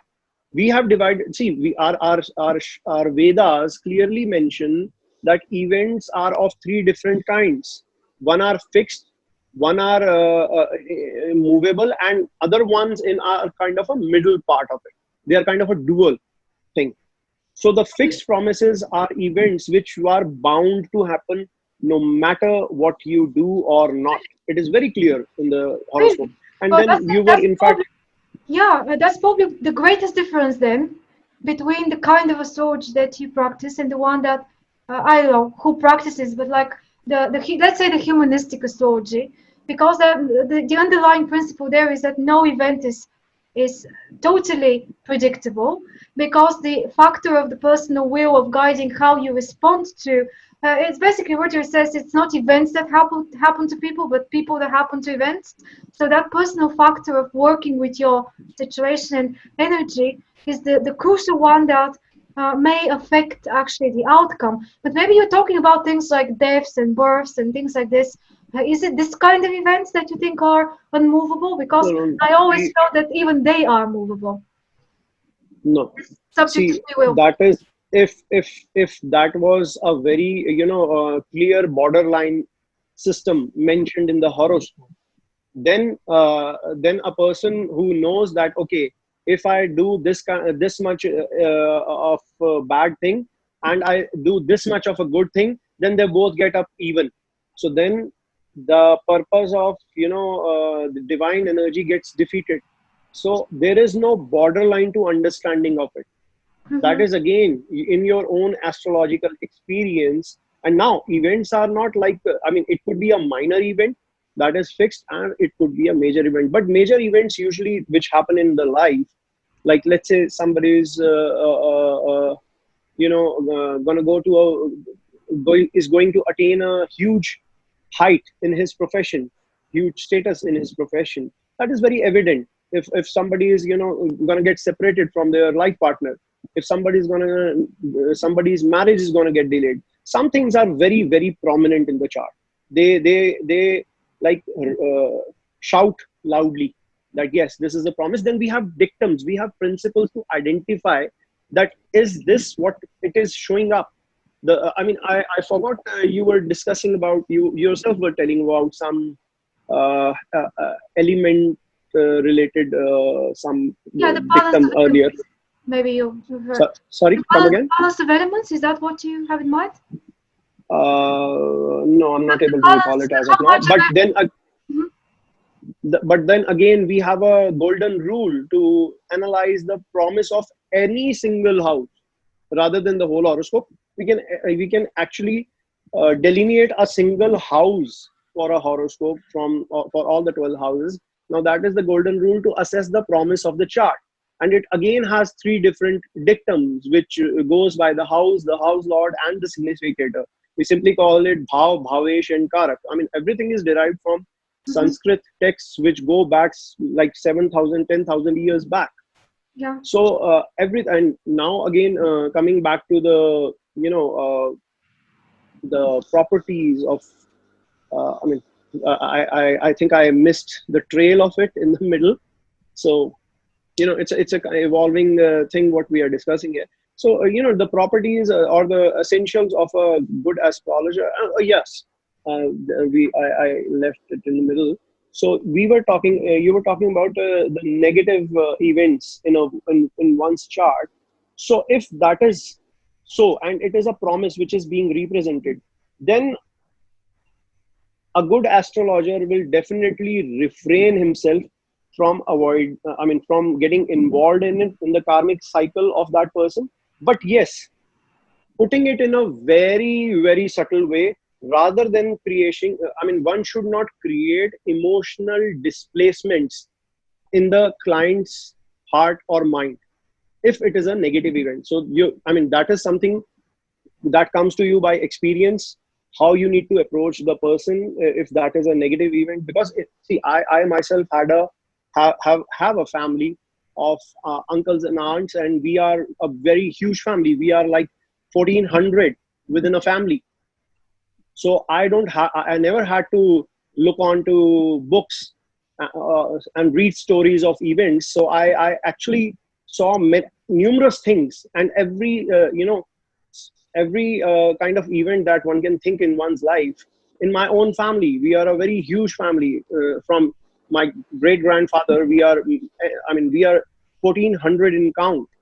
So I grew up in a joint family system. So I was very much aware of how every kind of event that one can think of. And I have seen people excelling. I have seen people dying for n number of reasons and everything. But the practicality of that, the experience of that is that if it is a positive thing, obviously you can approach the person, tell the person. But if it is a negative thing, you have to be very cautious, because nature has already decided that for that person. Well, So I'm sorry, Gaurav. I'm very sorry to interrupt you here, but I think I'm not sure how we are with time, but I just want to make it clear how different we are on this particular thing, because it's always revolving around events, isn't it? What you're talking about. What I'm talking about has a completely different philosophical ground to it. That's why I started with this thing about the philosophical ground. Yes, I would like you to elaborate on the philosophical part of it. How do you see it? Yeah, I just felt by listening to you, I felt like I need to give like the other balancing view here, and you guys choose whatever you want to do. But it's ultimately the idea that there is nothing negative or positive in a birth chart. I repeat that to every single client. And this is obviously not my idea, but I'm very influenced by Roger. And the reason why I am is because of the philosophical background of what he proposes, and not that much about any techniques or any particular ways of approaching the chart.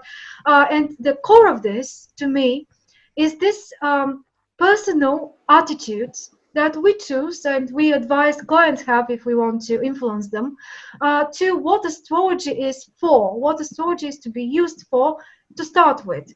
This whole knowledge, or even a bit of it, should be used for, because otherwise if we disregard this, what are we doing in the first place? We're just like interested in something like to exercise our minds and to feel smart and to feel I don't know, all sorts of different things. But the reason why I got involved in this is that I saw that how in some cases, individual cases, and societies, I think there were quite a difference still in the world between societies of some people being very predictable, living very predictable lives, where if you see a certain astrological placement there in the chart, it's not very hard for you to figure out what is going to happen, what kind of event is going to happen to them, just because we people are in general very predictable creatures, isn't it? We don't always use our imagination. We are not very often very intelligent, like a really developed intelligence. We are very influenced by the social trends and how other people do things, and we kind of copy and paste without even realizing most of the time. and the more we live in close groups and we're not very individualized or very how can I say, with some sort of Uranian signature in the chart or very individualistic signature, then we tend to do the same thing. So if Saturn travels to my 7th house and it's combining with other difficult aspects, and you see me in a consultation, most likely you're going to realize that I'm going to split with my partner or husband or whatever it is, or there will be some sort of crisis there in the relationship. That's very, very hard. And then if you suggest to me that this is going to happen, maybe 99% of the cases you're going to be right and you're going to be correct in your prediction. But what I'm really interested in and triggered by is that individual factor, that even in 1% of the cases could mean something else in that aspect being active. So, and the more individualized we are, the more conscious we are, the more, and we have been like this throughout the years and not just in this particular moment, the more likely it is that something more surprising is going to come and not the usual thing. And I think the more we live in the modern age, the more we're going to see people, clients, that are going to present such strange cases where you look at the chart, you see that, but then something else is going on. For example, that 7th house transiting Saturn could mean that there is an issue in the relationship, but the people in the relationship transform it. And after they do it, or let's say Pluto, it's more likely to be the case with Pluto traveling to the 7th house and say aspecting a planet in the 7th house at the same time, is that they stay together. They don't split, but they change and they transform themselves and the relationship in such a crucial, big way that we can say that before that transit happened, this marriage or relationship had nothing to do with what it was after that. And this is still presenting us a realistic picture of the aspect. Still makes the aspect correct, isn't it? But it doesn't mean that they necessarily, the external event was necessarily the one that we expected. And I get so much things like this. Like I look at something, I look at Pluto on the MC and all sorts of things related to career and stuff like that. And if I limit my interpretation to practicalities of life and work and making money and so all sorts of things like this, I may be surprised by the fact that, let's say, the person is going through a crisis of what am I supposed to do as a vocation in my life, which has nothing to do with my real profession, with my real money-making potential or reputation and things like that. It's more to do with self realization and application, this 10th house thing. So I think maybe in more traditional cultures and in more traditional techniques where people tend to be a bit more predictable because they tend to follow and like to follow the pattern of how things are. This happens and you automatically do that. It's more likely to be helpful to predict events. But is it not the point to try to help with our work, bring astrology more towards psychology and more towards spirituality and personal development and things like that? This is what triggers me as it's one of its potentials there. That is one aspect we also deal with, but that entirely depends on the person. If the person wants to know the spiritual aspect of their life, then of course we are dealing with that part as well. If the person wants to, there are many times people come and they ask, okay, why am I born? What is the purpose of my life? Why am I here? Why am I specifically into this kind of a job? Yeah. Although I liked something or the other, or I am in something which I like very much, but why did I leave that part of my life? So we are also dealing with those intricacies with a very, subtle approach of definitions of, there are definitions and principles. I don't know how I explain it just with a simple sentence, but we have, we have different realms to identify these kind of things. We have sectors to identify these kind of things. We will understand next you know, as we next week when you present to us, then I think we'll be able to see more of those realms. The details, yeah, you can demonstrate to us examples. More of those things. Yeah. It's I'll more try of my best. kind of thing. Someone wanting Paula or something's got a question? Yeah. I was just thinking, you know, this seems to be getting into a sort of philosophical debate rather than about techniques and tips. Well, surely, like, you know, if Gaurav is offering Vedic astrology, then his audience or market already knows that, and they're going to go to him for that purpose. He's not going to debate whether or not it's more true than what you do or whatever. That's not the point, is it? It's just so, you know, once you identify what you're actually offering, that then is what you present. So everybody is going to come to you for that reason anyway in the first place. They're not going to come to you for Vedic astrology, are they? So, you know, everyone's got their everyone has to identify their actual niche first, be clear on what is your offer, what are you actually offering first. You know, this is why I'm not doing consulting yet, because I haven't got it all together, like in a precise enough way that I feel confident enough to say, well, this is definitely my niche yet. Do you know what I mean? But so that's the first thing that you have to identify. Everything from then on is just philosophy, isn't it? It's not techniques or, you know, because I think we're quite agreed on, we have common ground on quite a lot of techniques, don't we? Identifying, you know, certain aspects of the chart. Yeah, that's just the point, is that people will come to you because they already know what you have to offer, because you've already offered it, you've presented it. They're coming to you for that reason in the first place. So yes, you are ultimately right, but we need to start from the philosophy, which then determines the techniques that we use, isn't it? So everyone obviously chooses. Well, that's an individual choice of the astrologer. Oh yeah, of course. That's exactly what we're saying. That is an individual choice when the choice needs to be made. But then everyone should be clear, as you said, what they are offering, what is their philosophy about the way they approach things. Because if you have any doubts, then the client also starts having doubts, and it becomes one whole like mix of confusing information, I think, rather than I think that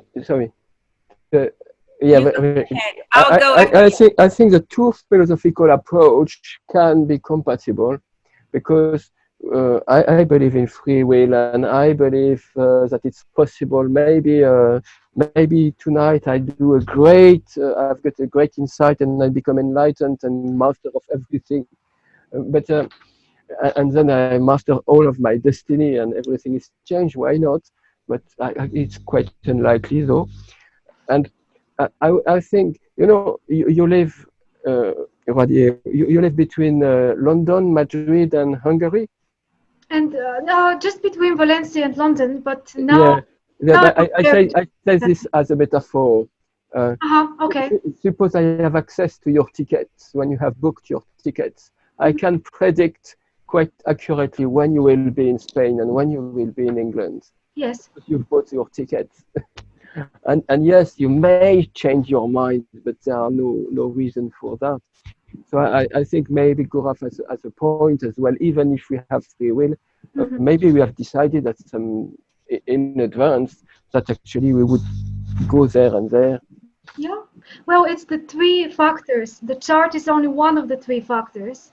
Then, you know, we need to make it clear to the client that the chart doesn't predetermine them completely, which is the free will. And the third factor is the circumstances that they happen to be born in and live the chart in. So these are the three big things. And we're only working with the chart. So we have very little to do with their free will, with their circumstances. But then if we know about the three things, then we can tell them how to use the potential of the chart as a tool, as a toolbox. You know, all those planets in signs, in houses, that their particular specific toolbox. And our job, I think, at least my job, is to give them the tools in their hands so they can apply them with their free will as much as it can go, because it can go that far, as you said. Yes, if I bought my ticket, the best I can do is to travel through the journey the best possible way I can, but I'm still going in that direction. And then the circumstances are the circumstances, but they're always related to their energies.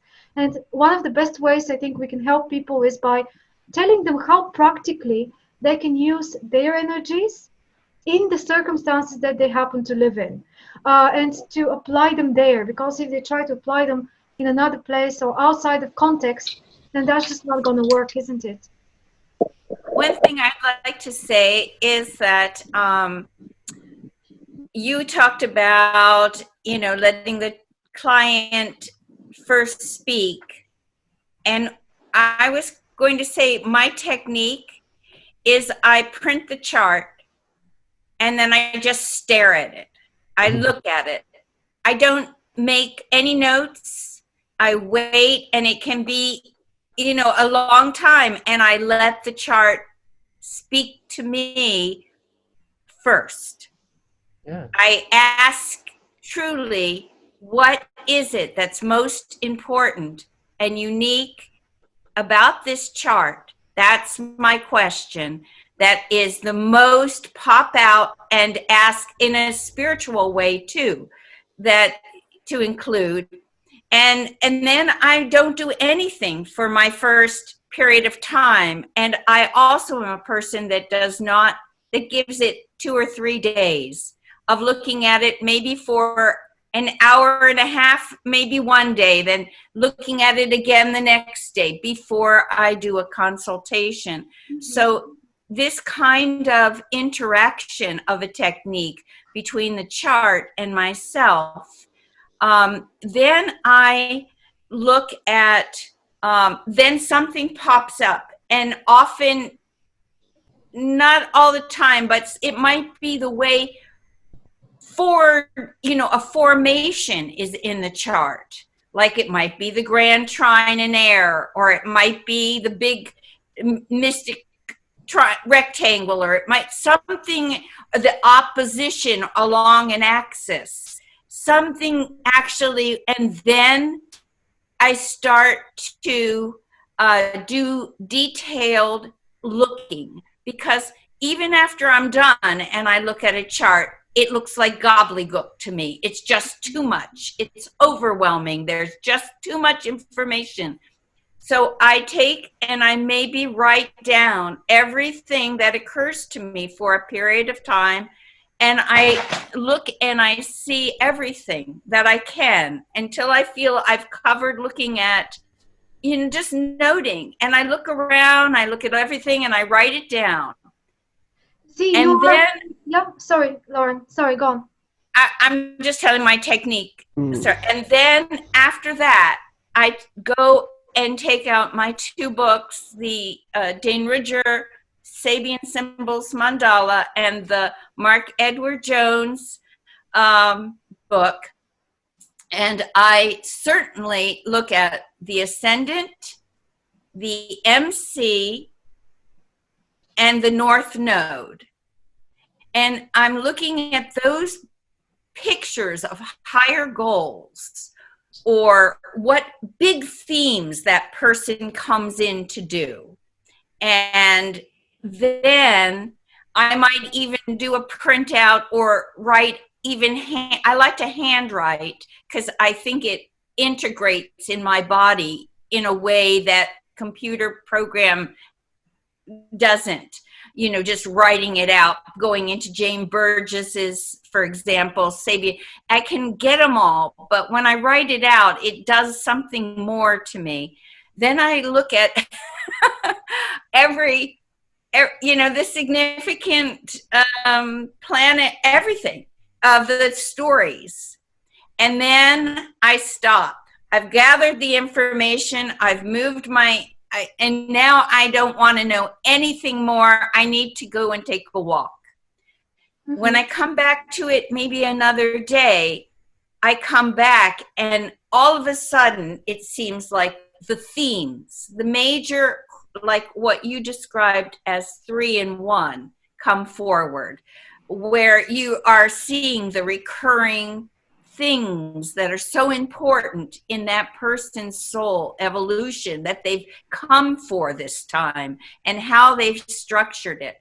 I also, with a client, I don't talk about difficulties. I talk about opportunities for chat, the way that I try to give the example that if your life is super easy, you'll sit in a couch and eat bonbons, and so that's not necessarily what the soul wants. The soul wants to have, some tension so that it can focus and get that tension gives expansion and clarity. And then I also prefer one-on-one and face to face. I have people in this, come out to my back porch and then we look at 6 feet away from each other, or Zoom if we're not in the same location. And for clients, for gathering clients, I just announced I took the profession I was already in and had a mailing list because I have 10 different recordings, and I've been a performer and a researcher in music for a long time along spiritual lines. Then I introduced that I'm doing this as well as for my sky medicine horse clients. So it's like that, and then it's been nonstop word of mouth. And so I know I don't want too many people waiting. And I think if I have a problem, it would be that I am so slow that I want to go so deep that I make such an impact on someone with that first astrology that I want to get it right. I don't know how I will be able to do 3 clients in a day or something. I more prefer it. And even though this is the only thing I want to bring my focus to right now, besides my general health and well-being and evolution of my own consciousness, but I consider this my full-time profession, but it takes me a very long time to feel like and then I contact the client and say, I'm ready now. Let's schedule it. And that's how I do it. So it's not fabulously moneymaker experience, but it's very satisfying to feel that I have gone deep enough to make an impact, hopefully. Yeah, it's impossible to get rich by providing consultations. You have to do all sorts of other, maybe astrological related work. But when it comes to consultations, we're limited because we cannot see 3 clients a day, can we? We can only. I can't. I think some people can. And when I used to do it as I'd go on vacation, I'd go to see family members. I would have everyone's chart. Oh yeah, and I that's would another. Everyone's chart, and it was more like a party trick.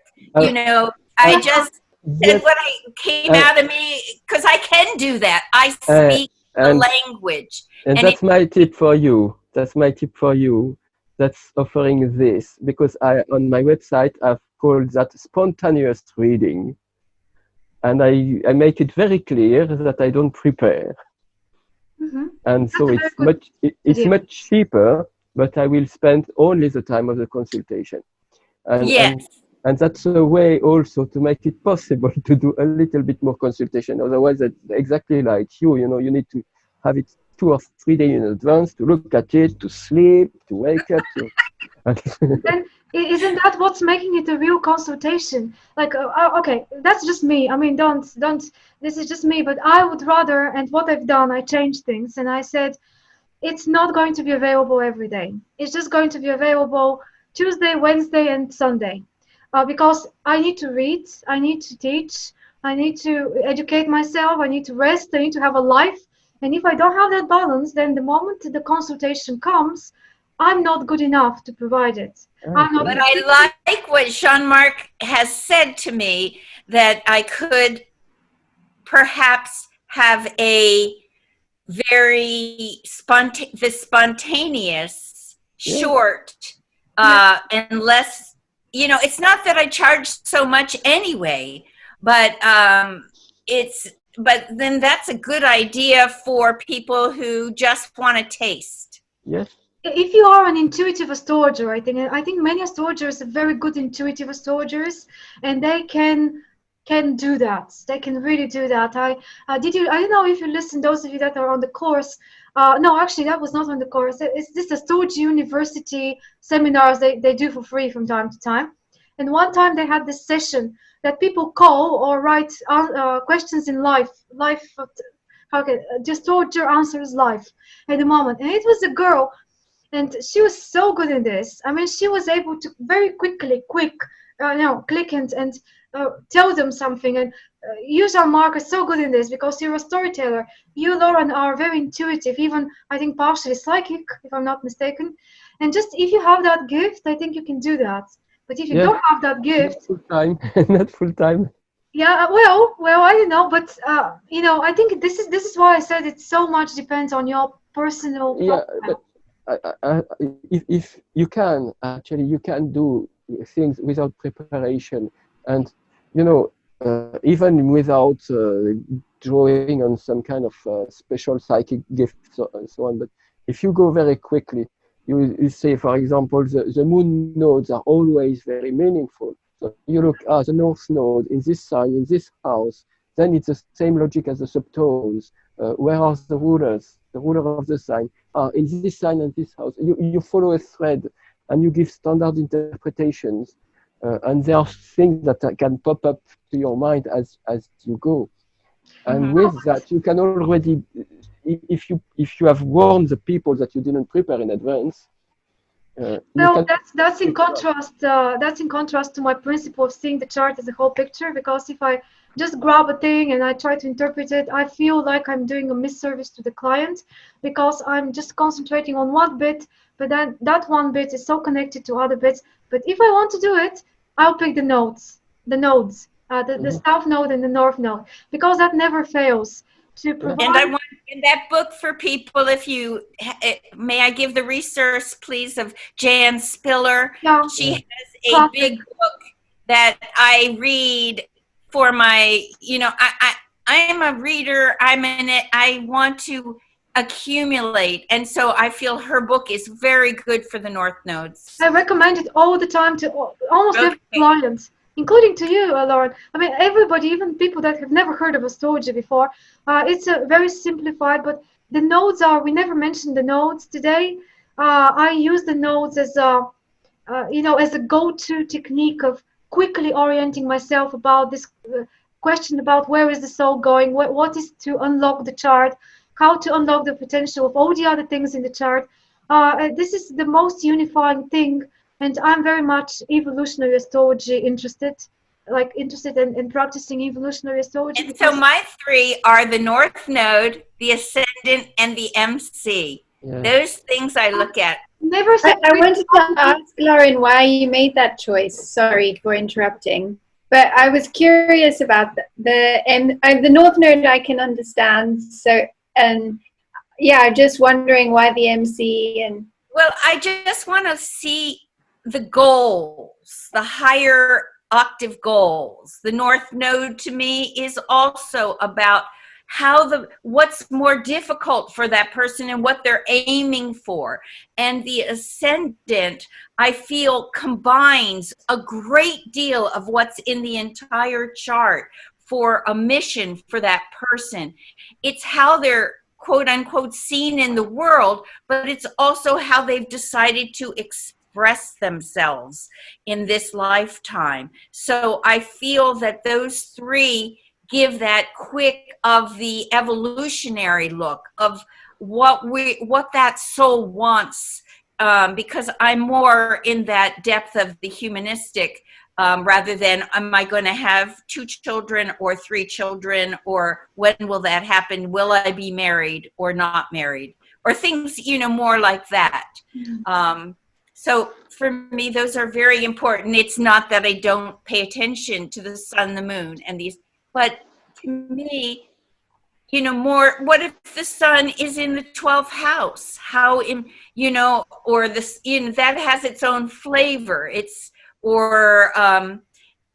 But I want, when I'm looking for that higher level goal, then those three I will do the Sabian symbols for sure, and I will also just let them speak to me. Like I say, I do let something speak to me. Like Radlina said, let the client first say what they're looking for, or having a dialogue. Not just that, not just ask them what they're looking for, but kind of ask questions about, let's say you spotted something as a team in the chart, and you try to get them to back it up with the real life situation behind that.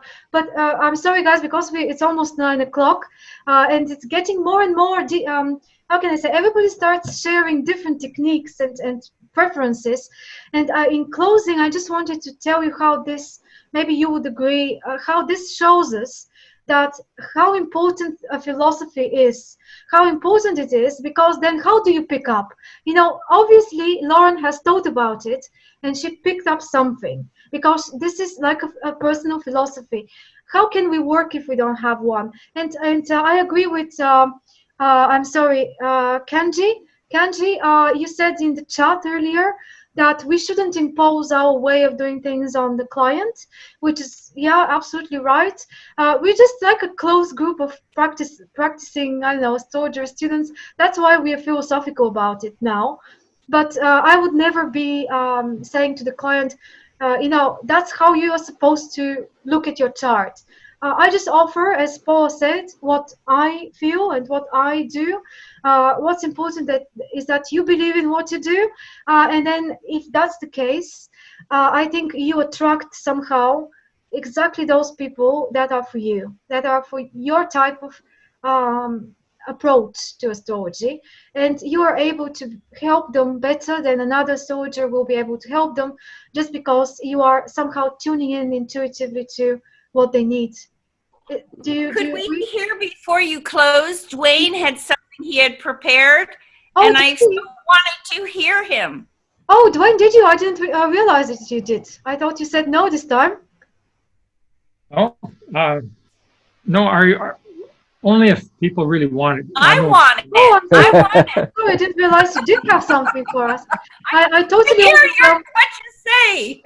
Well, you know, this group sparks so much inspiration in me. I go out of, off our sessions right into research and, production, and it's just a real catalyst for my growth. I love it. Me too.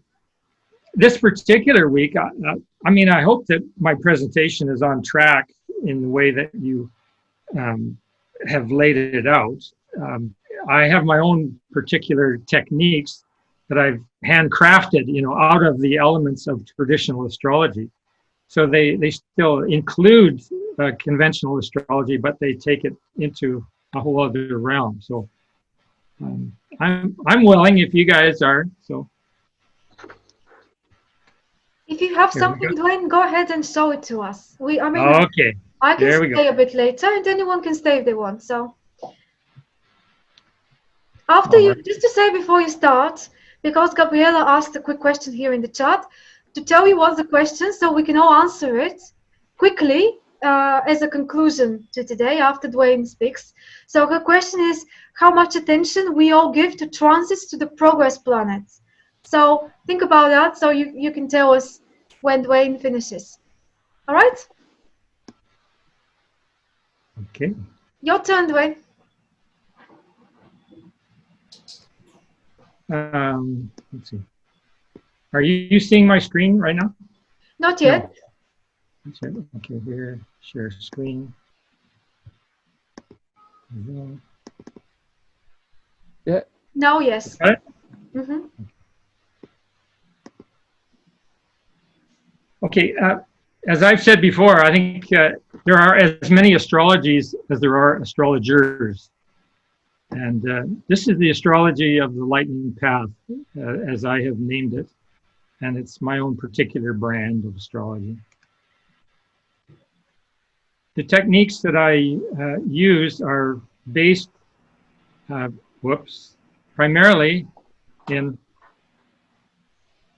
the work of Dane Rajar, as I've indicated, and most specifically with the lunation cycle. The lunation cycle and the progressed lunation technique that follow from it. Now, what what's happened in my life over several decades now is that the work of Dane Rudyard has merged with the work of Jose Arguelles, who was a friend and a student of Rudyard's back in the 70s. So both of those men have been teachers to me, and out of their work, I've fabricated my own approach. Oops.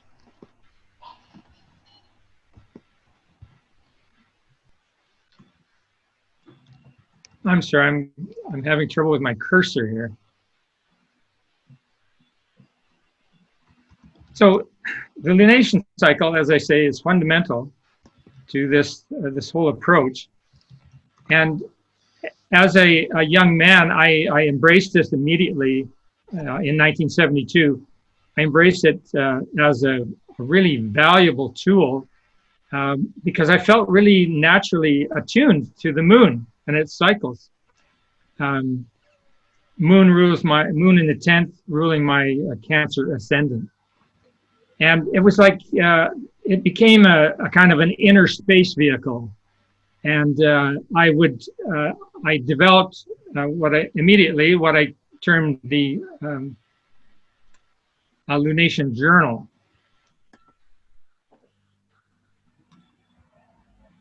Oops, I'm sorry, getting off.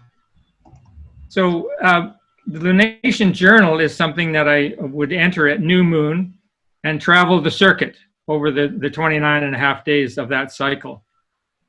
Now, what that whole orientation does is it emphasizes the new moon point. And for all of us, the new moon before birth is a very significant indicator. As Rudyard said, the character of the particular lunation cycle within the span of which we are born is a very important factor in ascertaining the fundamental nature of the stream of vital forces energizing our entire organism, biological and as well psychological. Because in astrology, any cycle is stamped with the root characteristics of its starting point. The new moon which preceded our birth becomes inevitably the key to the basic character of our inherent vitality.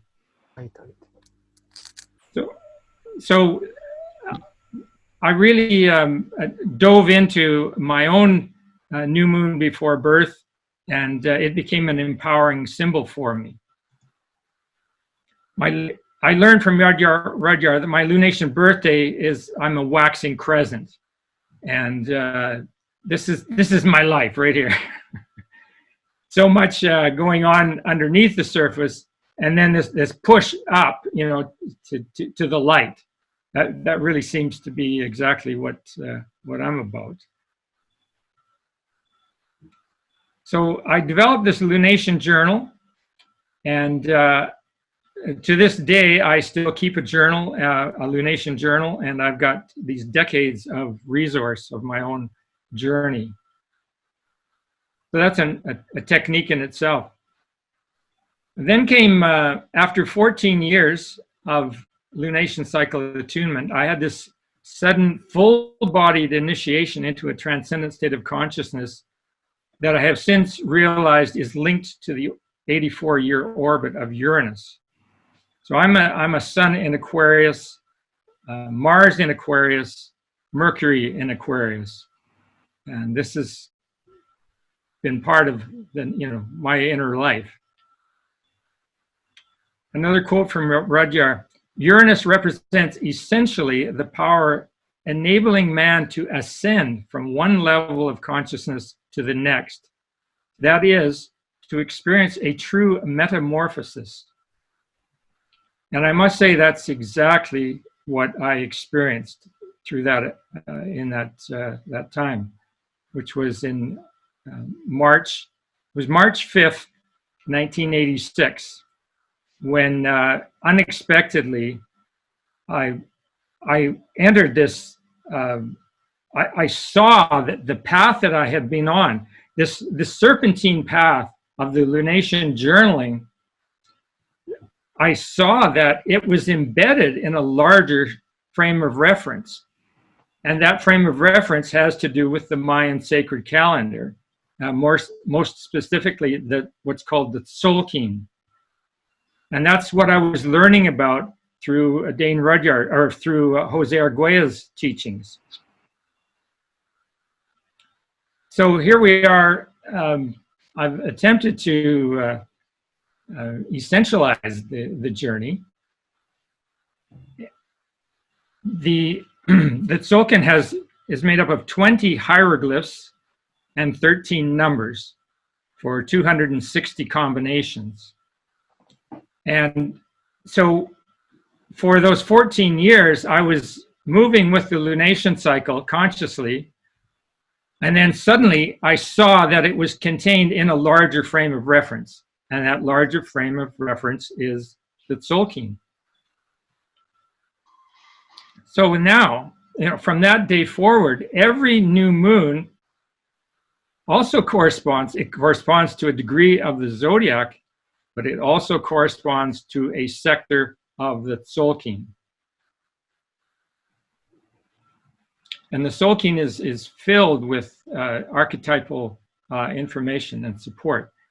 Now these two elements, the Tzolk'in and the lunation cycle, are both fractal phenomena. They retain their structure at whatever scale they're utilized at. Now this makes for a very dynamic realm.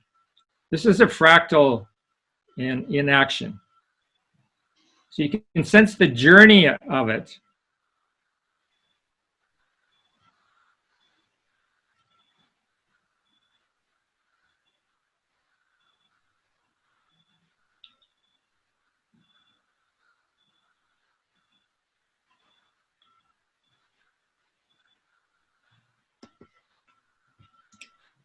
So, unfortunately, I've lost my cursor. I've got panels in front of the text, and I can't read it myself. Would you like me to read it? Yes, please. All right. So it says the following: everything is in it. Everything is in it that pertains to being, not only as progressions of the light, but as a ladder to be ascended by hero and heroine alike. The 20 signs, in their ever-evolving order, define a path of life in which the physical being prepares and is a stage for the higher mental spirals of being. It is a path of being that is total and inclusive of human being, a path and a pattern of being that is universal, not merely of this life on this planet, but for the all life throughout the universe. In their glyphic, iconic, comic book simplicity, the 20 signs describe the destinal adventure as the Mayan navigators have successfully charted it in their light-crafted explorations of the galactic field. Thank you. So Arguelles was instrumental in my connection to the myth of the feathered serpent. So I realized that in a sense, my astrology has become a servant of that mythology. The astrology is a ways and means of orienting people into a spiritual heritage that comes with alignment with the feathered serpent myth, the myth of eternal return that it is. Now it's come out of out of the Americas, but especially since 2012, the whole Mayan worldview is being acknowledged as a globally significant development. It's meant to serve people from around the world.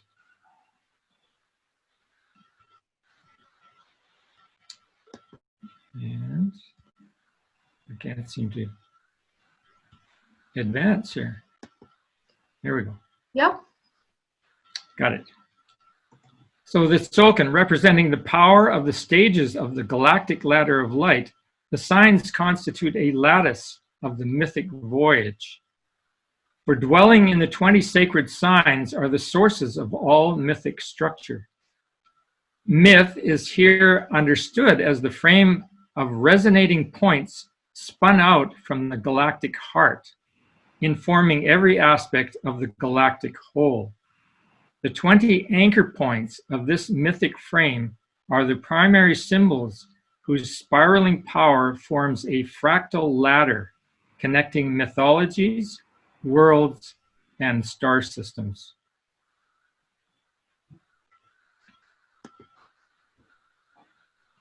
This is the rectangular view of the Tzolk'in. And imagine that on that March 5th, 1986 day that I had my transcendent experience, I was entering this grid at 1 Imish, which is the upper left-hand corner. So there's a little dot. So 1 dot refers to 1, and directly down at the bottom is the hieroglyph Imish, which is the symbol of, in Mayan cosmology, of the Great Mother in all its manifestations.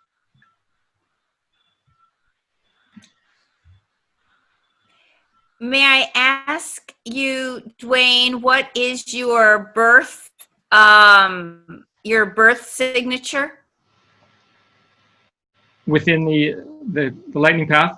Yeah. Like the temple of birth is, you're jumping ahead here, but yeah. Is that what you're referring to? My For example, I am a red resonant dragon. In that system of my birth. Okay. Well, we had this little conversation before. Now the distinction here is that this is not the dream spell, which is what you're referring to. Okay. Okay. So you don't put your astrological date in there. You don't see yourself in there in a specific spot. No. Okay. Thank you. We have Arguellas using the Tzolk'in in a way different than I'm using the Tzolk'in. Okay. Okay, we're both using the same structure, but he worked,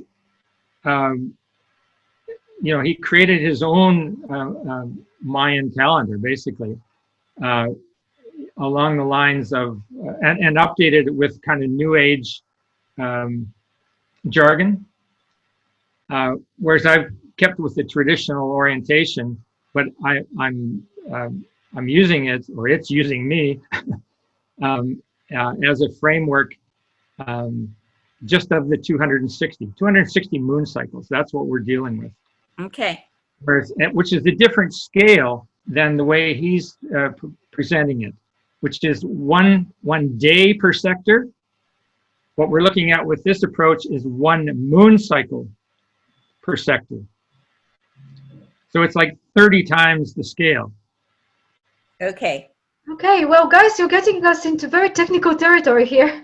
I'm not sure I can follow you. Maybe one time we have to do a separate, right? Very similar to what Gaurav is going to do next week, but maybe you, Dwayne, can introduce us finally to this system that is so difficult to piece together for me. Okay. Sorry, you have a bit more, I guess. Yeah, I think I can wrap it up pretty quick here, and it kind of ties in with what Lauren was calling for. So on the lightning path, astrology is used as a means of orienting a person to their spiritual birthright within the eternally recurrent Mesoamerican myth of the feathered serpent. The primary astrological reference used for this determination is the Book of Electrum, which relates the new moon before a person's birth to the endlessly recurring sequence of Tzolk'in numbers and glyphs. So this is me, taking the tool of humanistic astrology and it's applied to this whole new realm. On my website and in the little booklet that I self-published, which is also available on the website, there's what I call the Book of Electrum. You can go down and find the lunar year within which you were born, and that assigns you a temple of birth, as it's called. And this is a temple of birth, 13 moon cycles, So there's 20 different temples, and this is the Temple of Mirrors. Rudyard was born in the Temple of Grace, and these are invocations that I've created to express the hieroglyphic message for each line of, or each moon cycle of that temple. I am one with my path. My inner child opens innocently to the abundance of creation. Angelic messengers center me in my heart. Through dreams and visions, I see my role as a galactic conduit. Synchronicities keep me in touch with that role. Ceaselessly wielding the sword of truth, I purify and transform myself into wholeness and light. I become a source of divine nurturance and support. My very presence communicates this truth. So that would be a gift to a person coming for a consultation with me. Now, they would go away knowing, having this invocation, which, in reciting it, in reflecting on it, it may open them up to, more of this domain.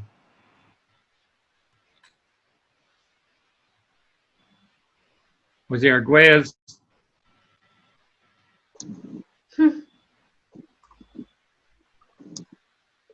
Now, I want to end just on this note. Notice the top hieroglyph for the temple. It's a hand with a single dot above it. And the opening line is, I'm a diviner of cosmic harmony. That would have been interesting to read in whole. Oh, I'm sorry. No, you don't have to. Everyone can go back to it in the recording anyway, so don't worry anyway. I just thought this might be fun for people to explore. Yeah. So there is the symbol of completion, and you'll often see President Trump using that. Let's make a deal. Let's complete the deal. And on that note, I complete my presentation. Thank you. Thank you so much. You're very welcome. I think most of the answers to Gabriela's question are already, some of you wrote down. If anyone else wants to comment on that, go ahead quickly, though, because we're already very much over time and we need to get it finished somewhere. Yeah. Any other comments on the progressions, transits on progressions? How do you do that? Or anything else, if you want to say, ask, whatever.